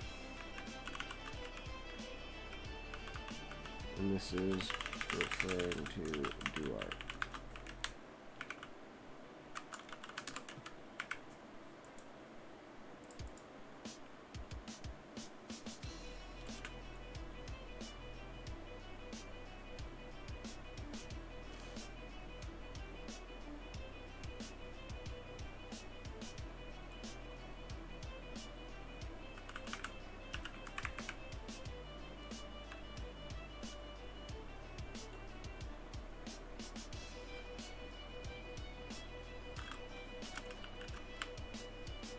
Some sort of something like laughing.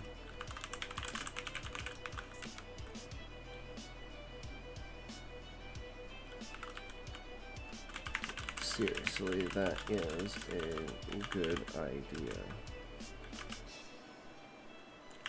We will have a different, slightly see. And then they go to Hojin. You linger where roots cling too tightly to stone. Cullis, what stirs in your whispers with this one? Hold up, my friend.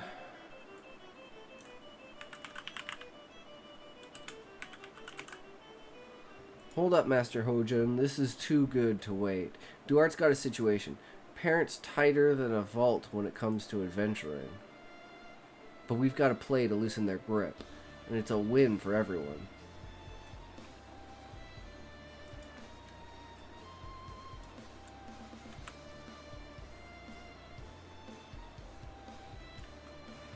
Well, parents, is a river's current, strong, yet not unyielding. I see your scheme, boy.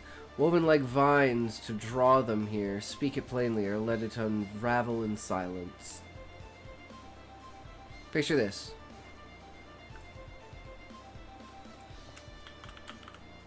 Sudi expanding beyond the tree, supplying the guild's outposts with their finest stock.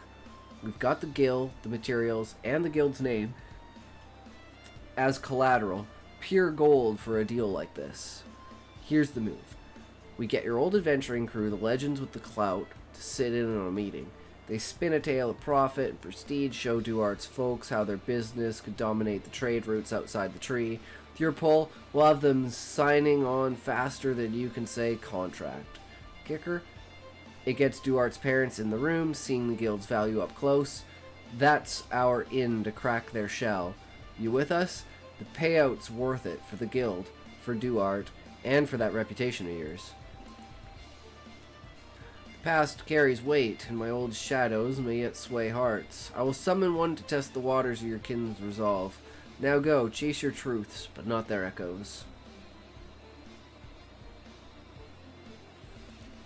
Hey, you seen that kid Duart around? You know, the pint-sized painter who's always trailing me, sketching dreams bigger than this place? It's been almost a week, and that's not like him. He's usually here every few days, soaking up the guild like it's his lifeline. Cullis, you've been sitting here, John with me all even. But let's cut the fluff. Duart's been ghosting us for days, nearly a week. That's not just a no-show, that's a signal. You gotta let it slide. You gonna let it slide or you gonna do something about it? I got a soft spot for the little hustler, you know? Kid's got potential, and with the journeyman test just a week out, I'm not about to let him slip through the cracks. If you've heard anything where he's at.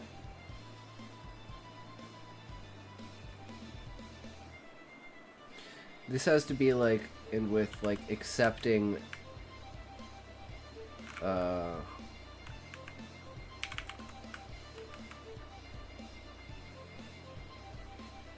first quest.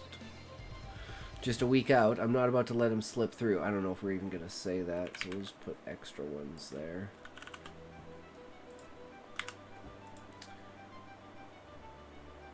Just a week out. I'm not about to let him slip through the cracks.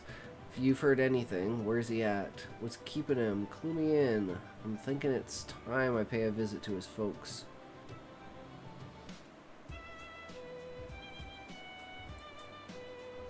Okay, this is just not gonna work.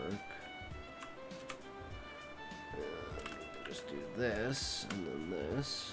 I think it's time I pay a visit to his folks' place.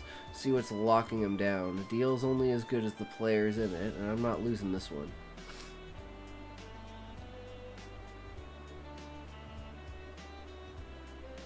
Okay, so this doesn't make any sense.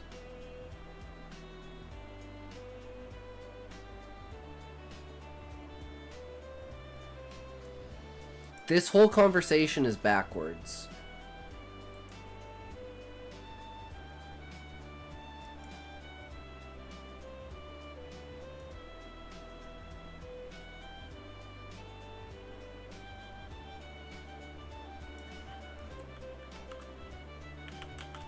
Only...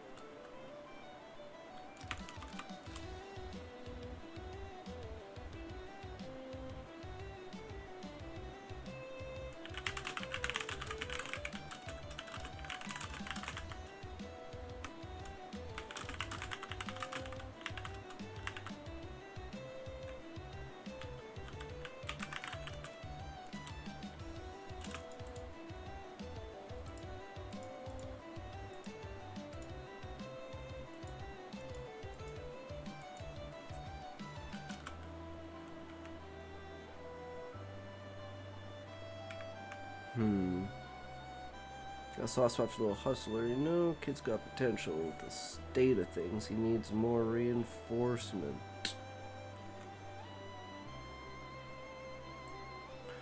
Okay, this is gonna be later.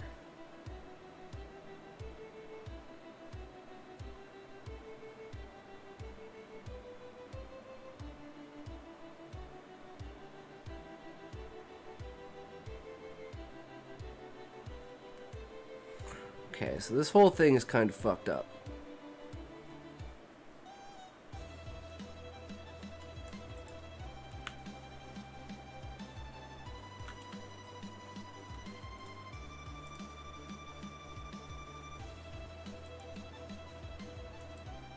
Because he doesn't think about this yet.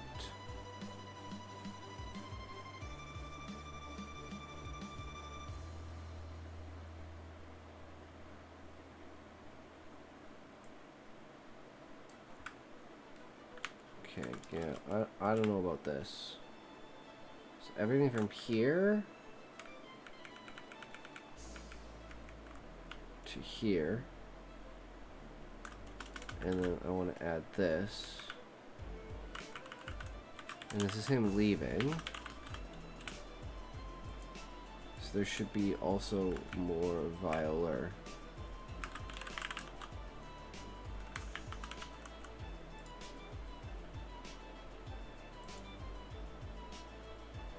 Okay, so we get rid of this.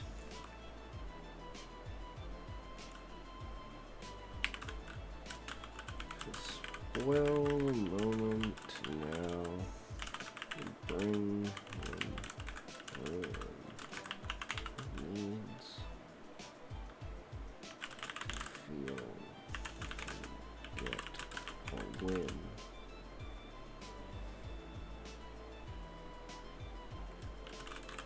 I know it will be harder than I tell.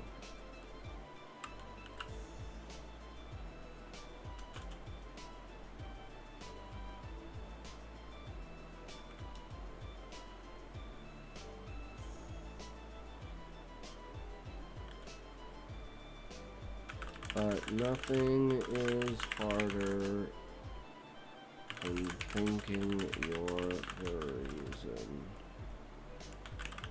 someone else failed.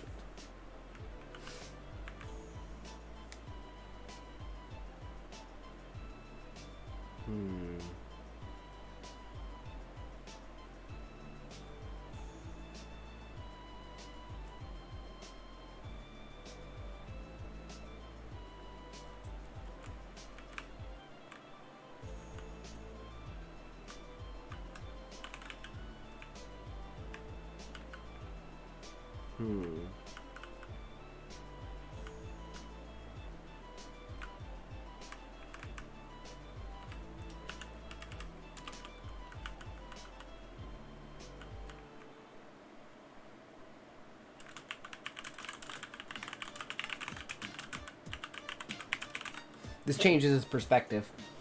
Her saying that he's acting like his parents and trying to protect him from, like, protect Duarte from Cullis.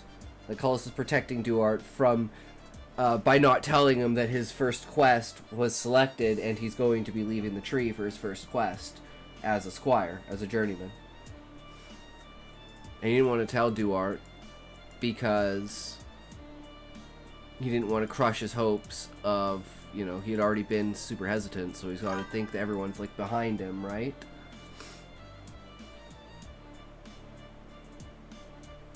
I think it's time I pay a visit to his folks' place, see what's locking him down.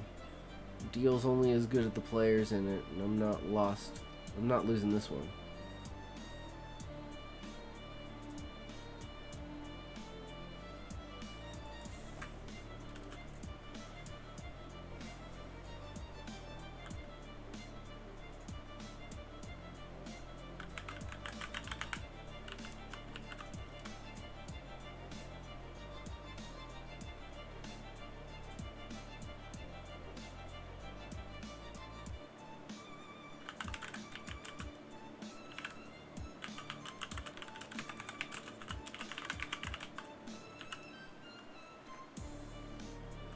How may I assist you?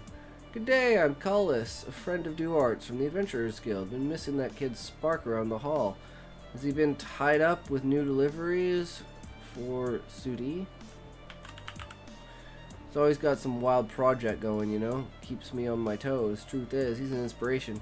Young hustler like that pushes even me to up my game. Mind if I check in with him? Got a feeling he's cooking up something big.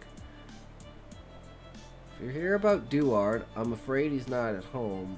My son has responsibilities, demanding ones, I might add, to keep him occupied with matters of true consequence. I always say, pick your battles, but make sure you win the war. Duart's got a fight in him, and I'm betting that he's ready to make his move. Just need to know he's alright to seal the deal. I understand he's been tangled with your guild, chasing fanciful notions, but he's not here, and I suggest you look elsewhere. Sudi name carries weight, and I'll not have it diminished by those who peddle reckless dreams. There you are, Duart. I've been scouring every corner of this tree for you, kid. Guild's been too quiet without your sketches and schemes. So the big meeting with your folks. I'm guessing it didn't go as planned. Parents sniffed out our play, didn't they? Come on, spill it. What happened? We're too close to that journeyman test to let a little suspicion derail the game. Never came to pass, Cullis. The meeting was a stillborn dream. Look, plans go sideways. That's just the deal. But you're still in this. Whatever they're thinking, we can spin it. Turn their doubts into your ticket out. Tell me the score and we'll make the next move together. I need to shake this weight. Let's race to the stairs. Fleeting dance with the wind. Give me a moment's head start. Just enough to feel the world blur beneath my feet. They turned it down, Cullis, like dousing a spark before it could blaze. I tried to weave my words, to paint the guild as more than folly, but nothing swayed them. Their hearts are bound to Sudi. And they see adventuring as a siren's call to ruin. Worse, my meddling made them suspect I had a hand in it.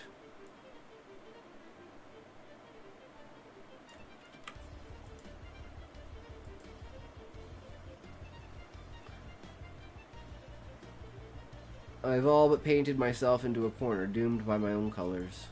Alright, Duart, the meeting crashed. Big deal. Here's the play. Take credit for that expansion idea. Doesn't matter if it wasn't yours from the start. Seeing the potential, spinning it into something bold, that's a power move, kid. Show your parents you're not just dreaming of adventure. You're thinking like a mogul?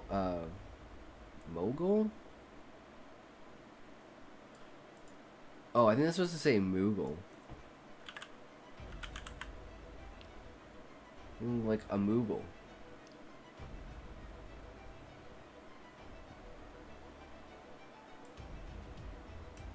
I don't know. Questionable.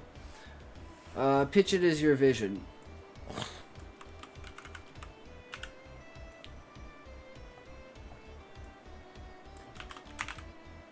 For Sudi. A way to grow their empire while you chase yours. They'll eat it up. But guys, I could claim my training was for their empire. A secret gift to honor Sudi. It's not wholly a lie. Adventure could sharpen my hands for their work, but it's caused such strife already. And to speak now, I'd have to hope they'd see the truth behind the brushstrokes. Perhaps I'll lay it bare and trust they'll listen. You've got a goal, Duart, the journeyman test. Don't let pride or some need to play nice trip you up. A clear path's opening, and you don't hack through the brush when you can stride down the main road. Use their suspicions, turn it into respect. That's how you win this game. I've duties to return to, papers to stack, but I'll find a way to show them this isn't about fleeing or chasing fables. It's about becoming more than their ledgers allow. I knew you saw through my mask, Cullis. Thank you for sparing my heart. You care enough to try. There's been a storm in my soul lately. This helps. Okay, this is not where that goes.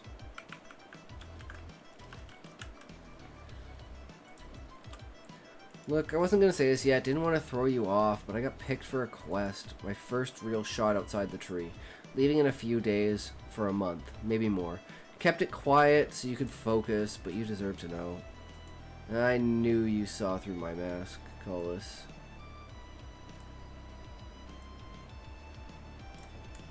Thank you for sparing my heart. You care enough to try. There's been a storm in my soul lately, but this...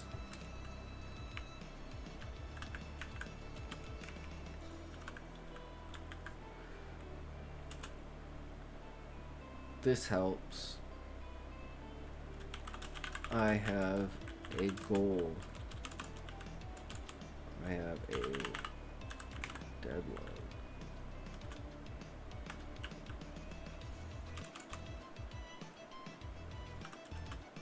I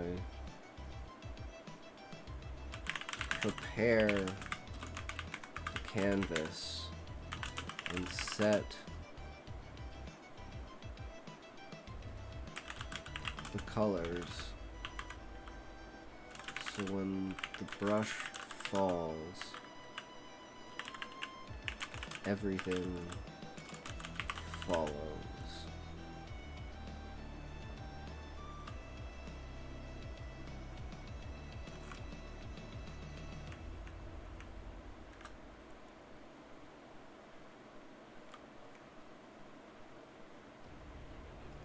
So helps. I have a deadline. I prepare the canvas and set the colors. When the brush falls, everything follows. When I'm back, I expect a hell of a story. How you faced down your folks, claimed that journeyman title, and started painting the world out there. Don't let me down, kid. You're worth playing for keeps now. I don't want to be exiled from my family's hearth once I step beyond the tree as an adventurer, but nor do I wish to be chained to Sudi. Cog in the machine. I want my own adventure ship, Cullis. Not as a Sudi, but as Duart, with my own colors, my own truth. A lie might be free, but it could stain the canvas of who I'm becoming. Kid, I get it. Going all in feels like betting the whole shop. Lying to your folks, that's a big play. And you're right, it could stir the pot. But waiting 5 years? You're right, Cullis. A lie feels like a crack in my canvas. It might shatter everything. Waiting 5 years? It's a slow bleed, and my parents may never bend. But if I'm to be taken seriously, I must stand as myself, not as a shadow of Sudi. Your words kindle hope, as always. I'll miss you when you leave. I'll just miss you. Back with tales to rival Hojins. I've memorized his 100 times over. That's not patience, Duarte. That's letting the game pass you by. 5 years of grinding away at Sudi. Hoping your parents come around. That's a gamble too. And the odds ain't great.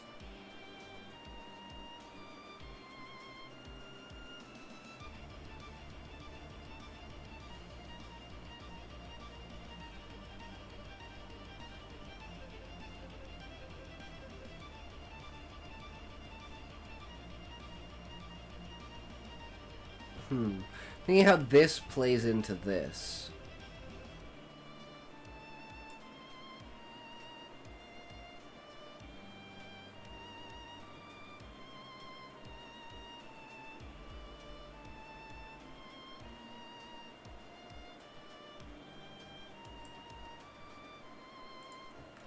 I think we might do this.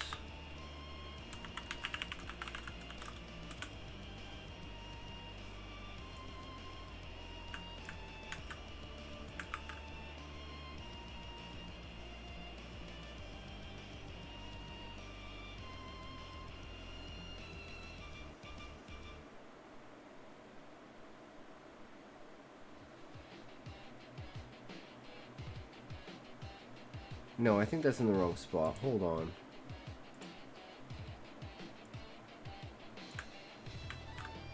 I think this is supposed to go there.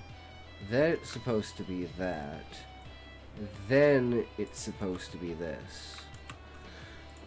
So, you're right, Cullis. A lie feels like a crack in canvas. It might shatter everything. Waiting 5 years, it's a slow bleed and my parents may never bend. That's not patience, Duarte. That's letting the game pass you by. 5 years of grinding away at Sudi, hoping your parents come around, that's a gamble too. and the odds ain't great. But if I'm to be taken seriously, I must stand as myself, not as a shadow of Sudi.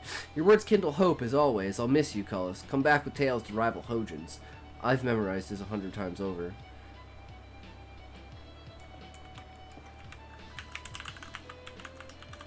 Taking credit for that expansion idea isn't just a fib, it's a power move. You're showing them you've got the brains to think big.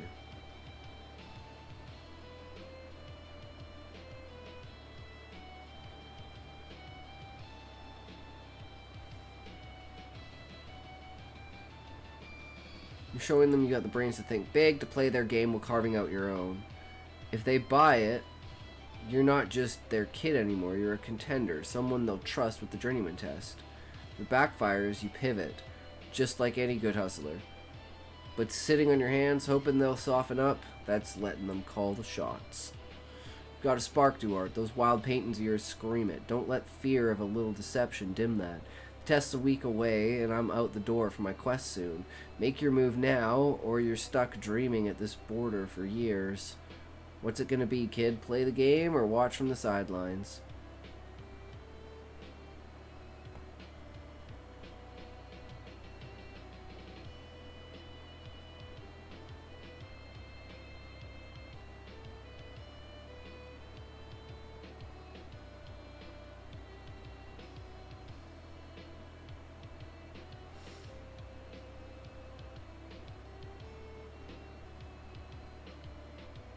Okay.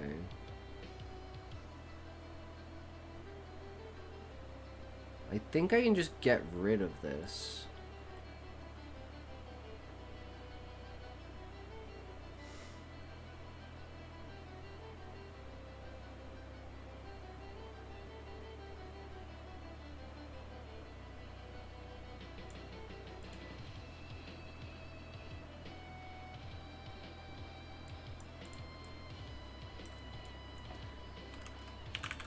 That itch to break free, to be more than Sudi's heir.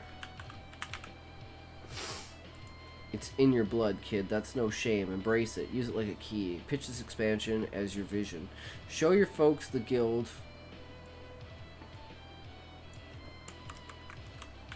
Show your folks the guild you're competent, sharp, someone who can run the show and still chase adventure. You're not shedding your family name, you're building into something bigger, out there, beyond the tree. You can pull this off without torching bridges, parents, guild, all of it. It's not about the whole truth, it's about the right move. Show them a plan that screams Duarte's ready, and they'll hand you that journeyman test on a platter. You don't need to choose between freedom and family, you can have both if you play the angles right.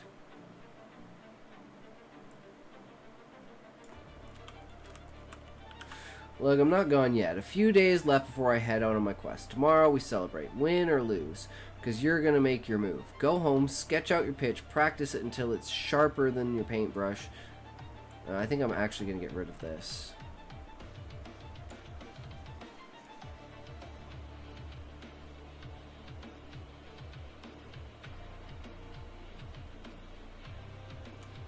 I want this, though.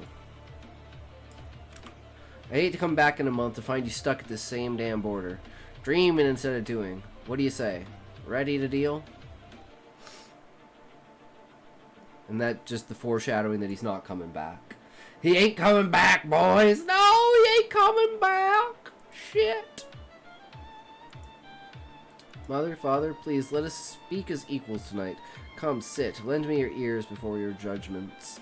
Consider this. Are you comfortable with the competitor stealing away your business? Of course not, so I suggest an alliance. I ask you to see the world as I do, just for a moment. Hold your critiques until my canvas is complete. A rival, creeping like a shadow, stealing the lifeblood of Sudi. Are you content to let our legacy fade? Of course not. I propose, so yeah, I think we just get rid of this. Ask to see the world as I do, just for a moment. Hold your critiques until the canvas is complete. Are you content to see our legacy fade? Of course not. I propose an alliance, a bold stroke to bind our paper to the very pulse of the world beyond the tree. We could weave Sudi into the roots of power, ensuring its dominion endures. Duarte, we've carved a legacy for you, paper that binds the tree's very order. And yet you falter, distracted by the guild's reckless dreams. You speak of building beyond the tree, but your deliveries lag, and you dare call this duty? Your ambition blinds you, Duarte. The guild's tales have turned your head, making you think the wild can be tamed for profit. We've given you every opportunity to shine here, yet you chase shadows that lead only to ruin.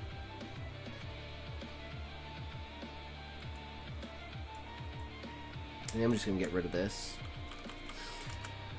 Duarte, the world beyond the tree is no place for such fantasies. You speak of monopolies and grand ventures, but you cannot fathom the chaos that awaits out there. You've painted me with doubt, father, but tonight I see clearer than ever, as if a fog is lifted from my canvas. You think I stray, that I falter within your lines, but I've kept to my duties, stacking your papers, delivering your will, yet here I must shed this facade and lay bare my truth. I will join the Adventurers Guild, whether I must wait until I'm 18 or not. But my vision is grander than you know. I don't seek to live off of the Sudi name. I'll forge my own deeds, my own colors. I propose using Sudi to bind the guild to the bureaucracy beyond the tree. Our paper tracking every law, every decree, will hold the strings of governance itself.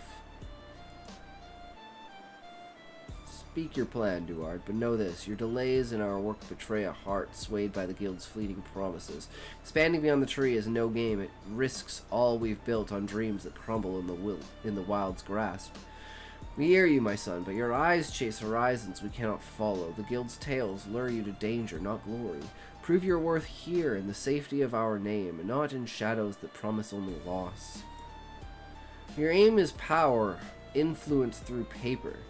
You must think beyond the tree's shadow. Fear of the guild's reputation holds you back, but that's precisely why you should let me go.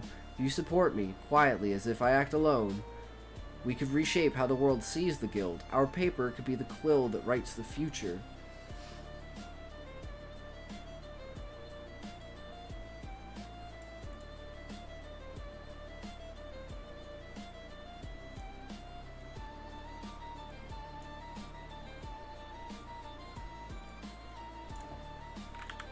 Become a quill that writes the future. Just using an analogy there. And the idea of the paper actually saying something and being the device of which you write on the paper. Controlling the very tools of power. Those guild fools have filled your head with tales of glory, haven't they?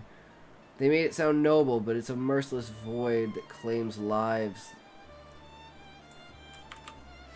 You think you're ready, yet you've been neglecting your duties here. Deliveries late, meetings missed. How can you speak of building empires when you falter at the tasks before you?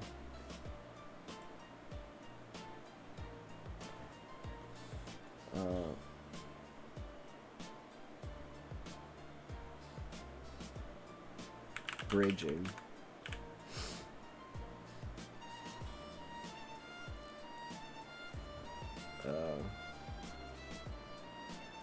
Wait, what? What did I do? Oh, bridging. Speak of bridging empires when you falter at the tasks before you. This idea of yours is bold, I'll grant you, but it's tethered to the guild's fleeting allure. Their influence crumbles, as it surely will. That becomes what becomes of you, of this family's legacy.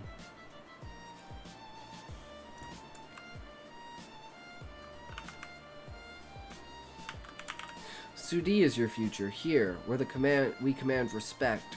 Your artistry could shape documents that define the tree's governance. Why risk everything on a gamble so precarious?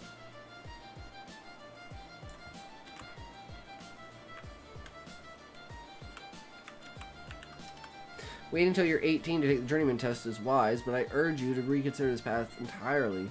Stay where your talents can truly shine, where you're safe. Prove your dedication here, and we'll speak of ambition on solid ground. I'd stand at the forefront, Mother, but it would require a ruse, a public rift, perhaps, or a staged competition to distance Sudi from my actions. Do you see the tapestry I'm weaving? I'd wield influence without bearing the guild's stigma. but it demands your trust in me, your willingness to step into the light with the guild, if only from the shadows. We've not stood idle. Beneath closed doors, we've weighed paths to extend our trade beyond the tree's roots. But the guild's shadow looms large. Their ways lack order, and will not bind our name to chaos. Prove your resolve. Wait until you're 18 for their journeyman test, and we'll forge this venture together. If this is the path you insist upon, Duarte, then I'll consent to this arrangement with the guild, though it sits ill with me. But hear this. Our involvement with those reckless dreamweavers will be measured, precise, and solely to safeguard our legacy. You've been neglectful, deliveries late, duties ignored, yet you claim this venture proves your mettle. I'll allow this step, but only because you've agreed to wait until you're 18 for their journeyman test. Prove yourself here first in the work that sustains us. If the guild's influence falters, as I suspect it might, we'll not be left adrift in their chaos. This is no small concession, my heart. Tread carefully, for the world beyond the tree spares no one.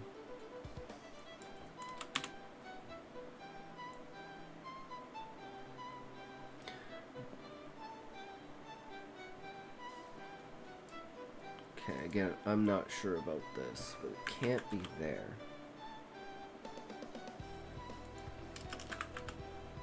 Maybe there. Your hunger for the guild's path tests our patience, for their reckless ways lack the structure of it to endure. Yet your plan to extend our trade beyond the tree aligns with our aims to command the tree's councils and reshape how avians and insectoids are judged. Wait until you're 18 for their journeyman test, and we'll carve this path together, binding your ambition to our legacy's strength. You have our word, Duarte, a deal if you hold to it. I will. You always say be more of a kid. Well, this is me being a kid. Don't start, Duarte. I'm here, aren't I? I'm pacing the damn streets waiting for Cullis to drag himself back. It's been a week. Too long. Far too long. Viola, good evening. How does the morning's light find you here at the edge of the world? I thought I could handle it, you know? Hold the line, keep the fight going. But this waiting, it's eating at me alive. It's only been a week.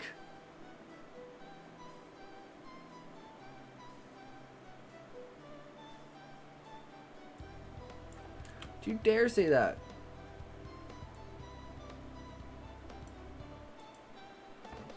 Oh.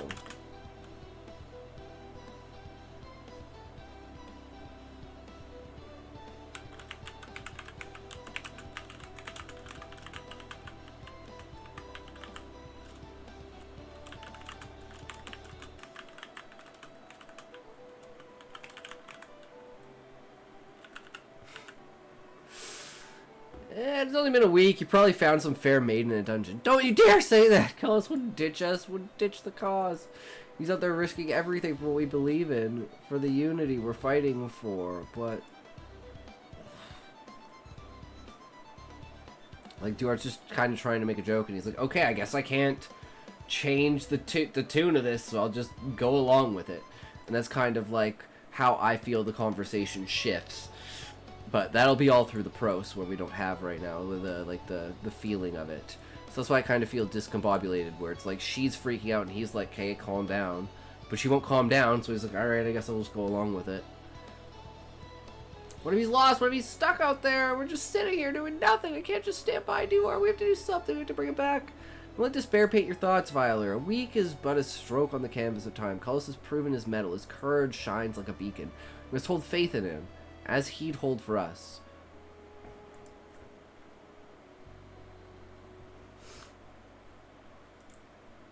Tonight, the lessons fall silent, for the world has spoken louder. Cullis, our newest journeyman, has been claimed by the wild's truth. His band fell to the snow maw beast, a force that spares no illusion of safety. Grieve, but know this, the path carves its own lessons, and 'tis end teaches what no words can. Cullis's light is gone, Viola, but his dream lives in us. I'll walk the adventurer's path, not just for myself, but to honor him, to finish the story he began. Will you join me, Viola? Will you help me carry his colors forward? Cullis is gone. Gone! But you know what he'd say if he saw us moping? Letting his death break us? He'd call us cowards. We don't stop, we don't crumble, we fight harder. He went out there beyond the tree to prove we could be more, to show the world what adventurers can do. And we're not letting that die with him. We'll become the strongest adventurers this land has ever seen. In Cullus's name, we'll spread our fire, our truth, across every corner of this world. We'll teach others to rise, to fight, to never fall to the same fate. Unity bends reality. People will make it bend. For him, for us, for everyone who's been kicked down too long. I made a vow to my parents. I'll wait until I'm 18 to take the journeyman test, to prove my heart's truth without breaking theirs. But I won't sit idle. I'll use Sudi's influence to weave the guild into the world's workings, to craft a safer path for adventurers. Our paper can track every journey, hold every soul accountable. No one falls as Cullus did. One day, I'll venture beyond the tree, not just to chase dreams, but to teach others, to shield them from his fate. Man, I actually really like this. This shit is fucking dope. There's a couple of things that we need to change, but like this is... Whoops. This is fucking solid. I don't know, what do you guys think? I'm completely biased to it, I guess. But...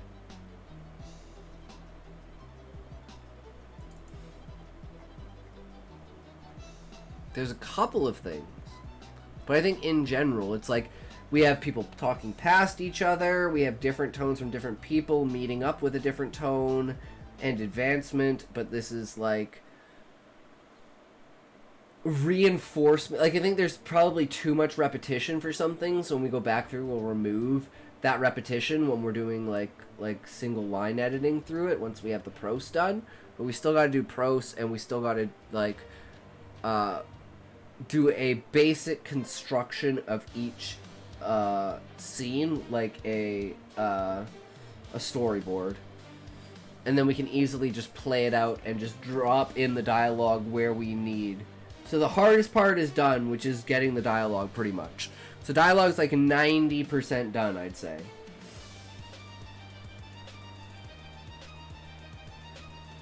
Which is not too bad, considering how much dialogue there is here. But there'll probably be less than this overall in the entire story. Probably like 20-30% less.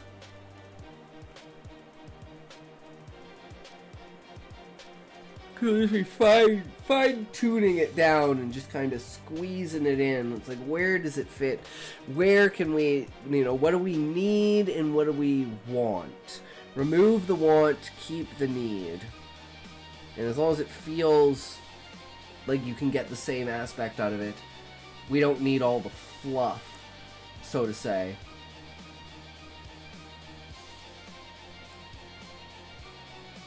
Okay, for a second I thought my fan was freaking out, and I was like, okay. Cool story, fan. That's what you get, bro. Oh. But I think we're gonna end here, because tomorrow's a big fucking day, guys. Tomorrow's the big day. Next stream is the big day. Tomorrow's the big day. The 24-hour stream, guys. Oh my god, I'm so excited. We'll see how far we get. Like I said, I have one problem, which is basically the pool. But we have many contingency plans, no matter what. We have ways. Oh shit. Ad break. Ad break. Fuck ads.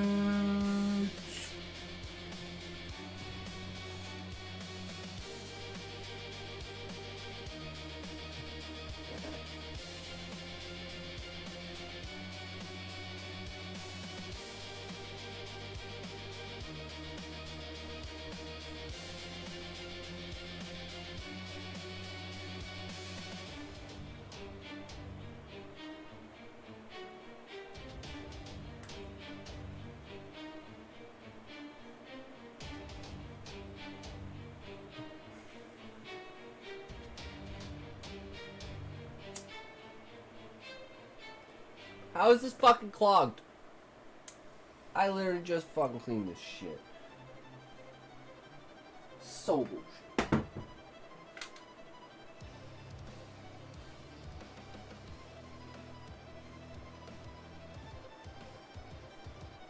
That's a shit ton of resin right there. Let's hope that's enough to fucking unclog the rooskies this.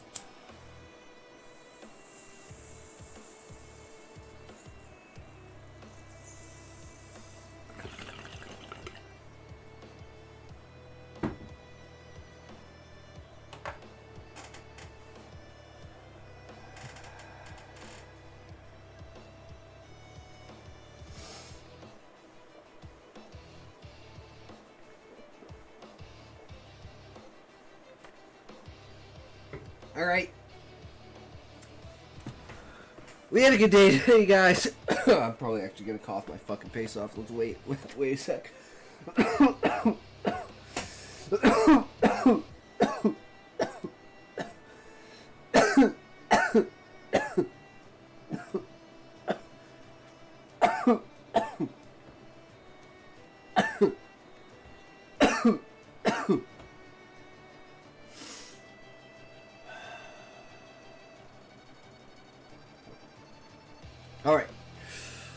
Alright, guys.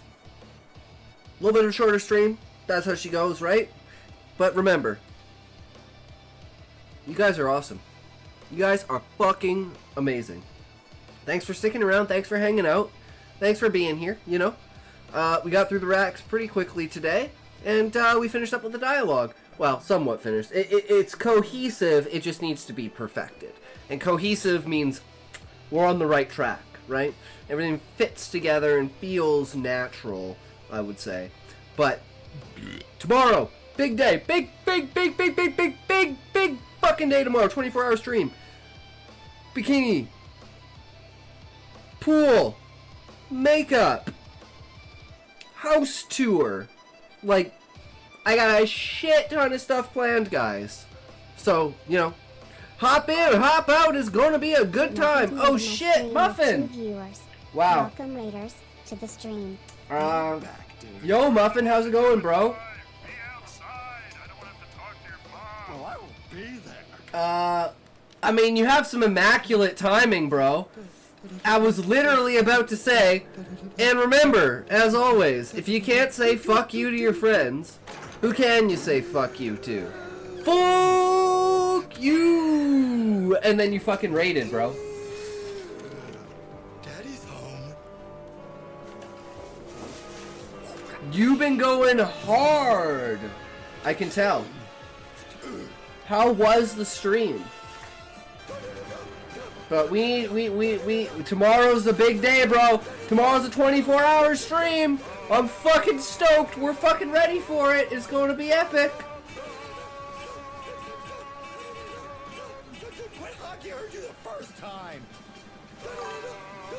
It was alright. Are you ending right after I raid? I have to, Muffin. I'm sorry, man. We had a good day today, though. I mean, at least I didn't, like, literally wasn't, like raiding out as you raided me and then had to raid someone else because you raided me. At least we only have to do one. I saw you pointing your finger and I just knew I had to raid you. Whoa! Yeah, that only means, this only means one thing. That means the stream is over. Super unfortunate, but that's the way that it is, you know? We can't win them all. Tomorrow we will, though. We're going to see what a midday, weekday statistics look like across the board. Because tomorrow we have plans. What time you start? Oh, it's the same time. We'll start at the same time. We will just not end until we should start again. So it'll be 12:30 a.m. to 12:30 a.m. So there will be no change, except we just will not end the stream.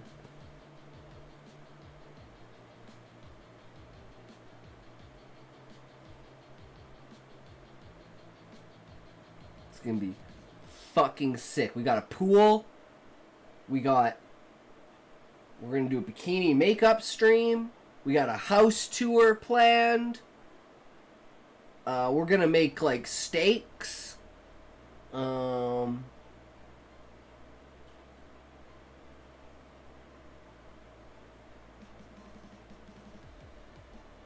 Yeah. Do an IRL stream house tour. Yeah. That's literally what I'm gonna do. That's literally what I'm gonna do, Muffin.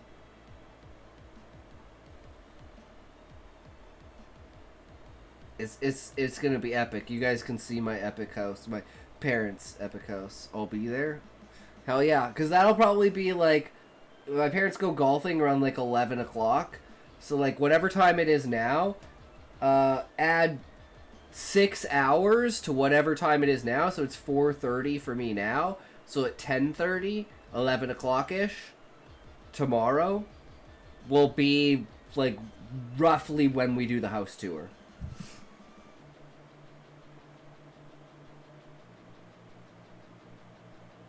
But we had a really successful day today. We got through planned obsolescence, and we didn't even mention it, and the AI came up with it first.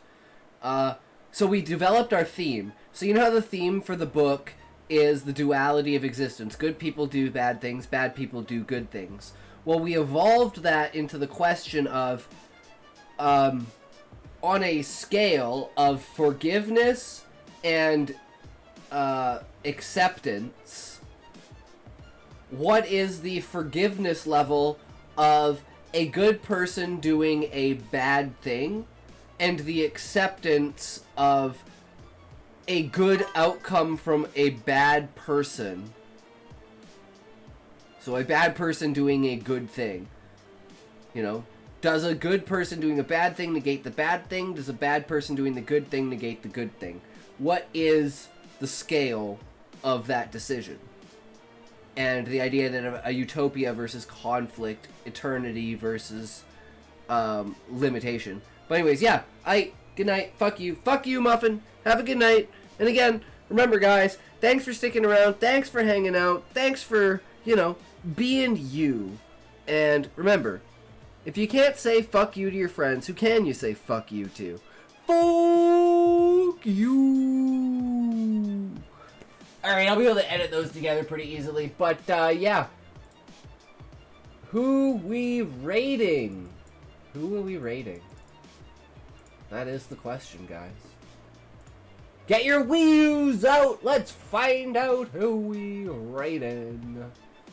Da da da da da da da da da da da. Alright. What do we got here? Ski-doodle daisy dopes and do and do.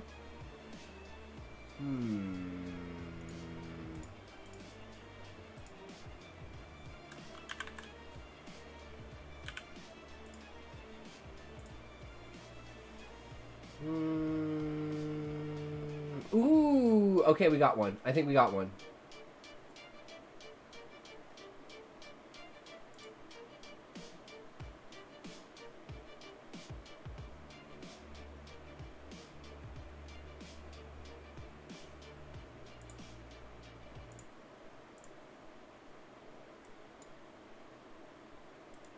Wheels ready!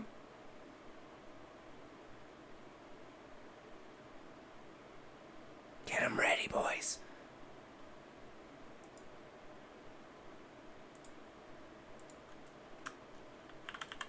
Oops.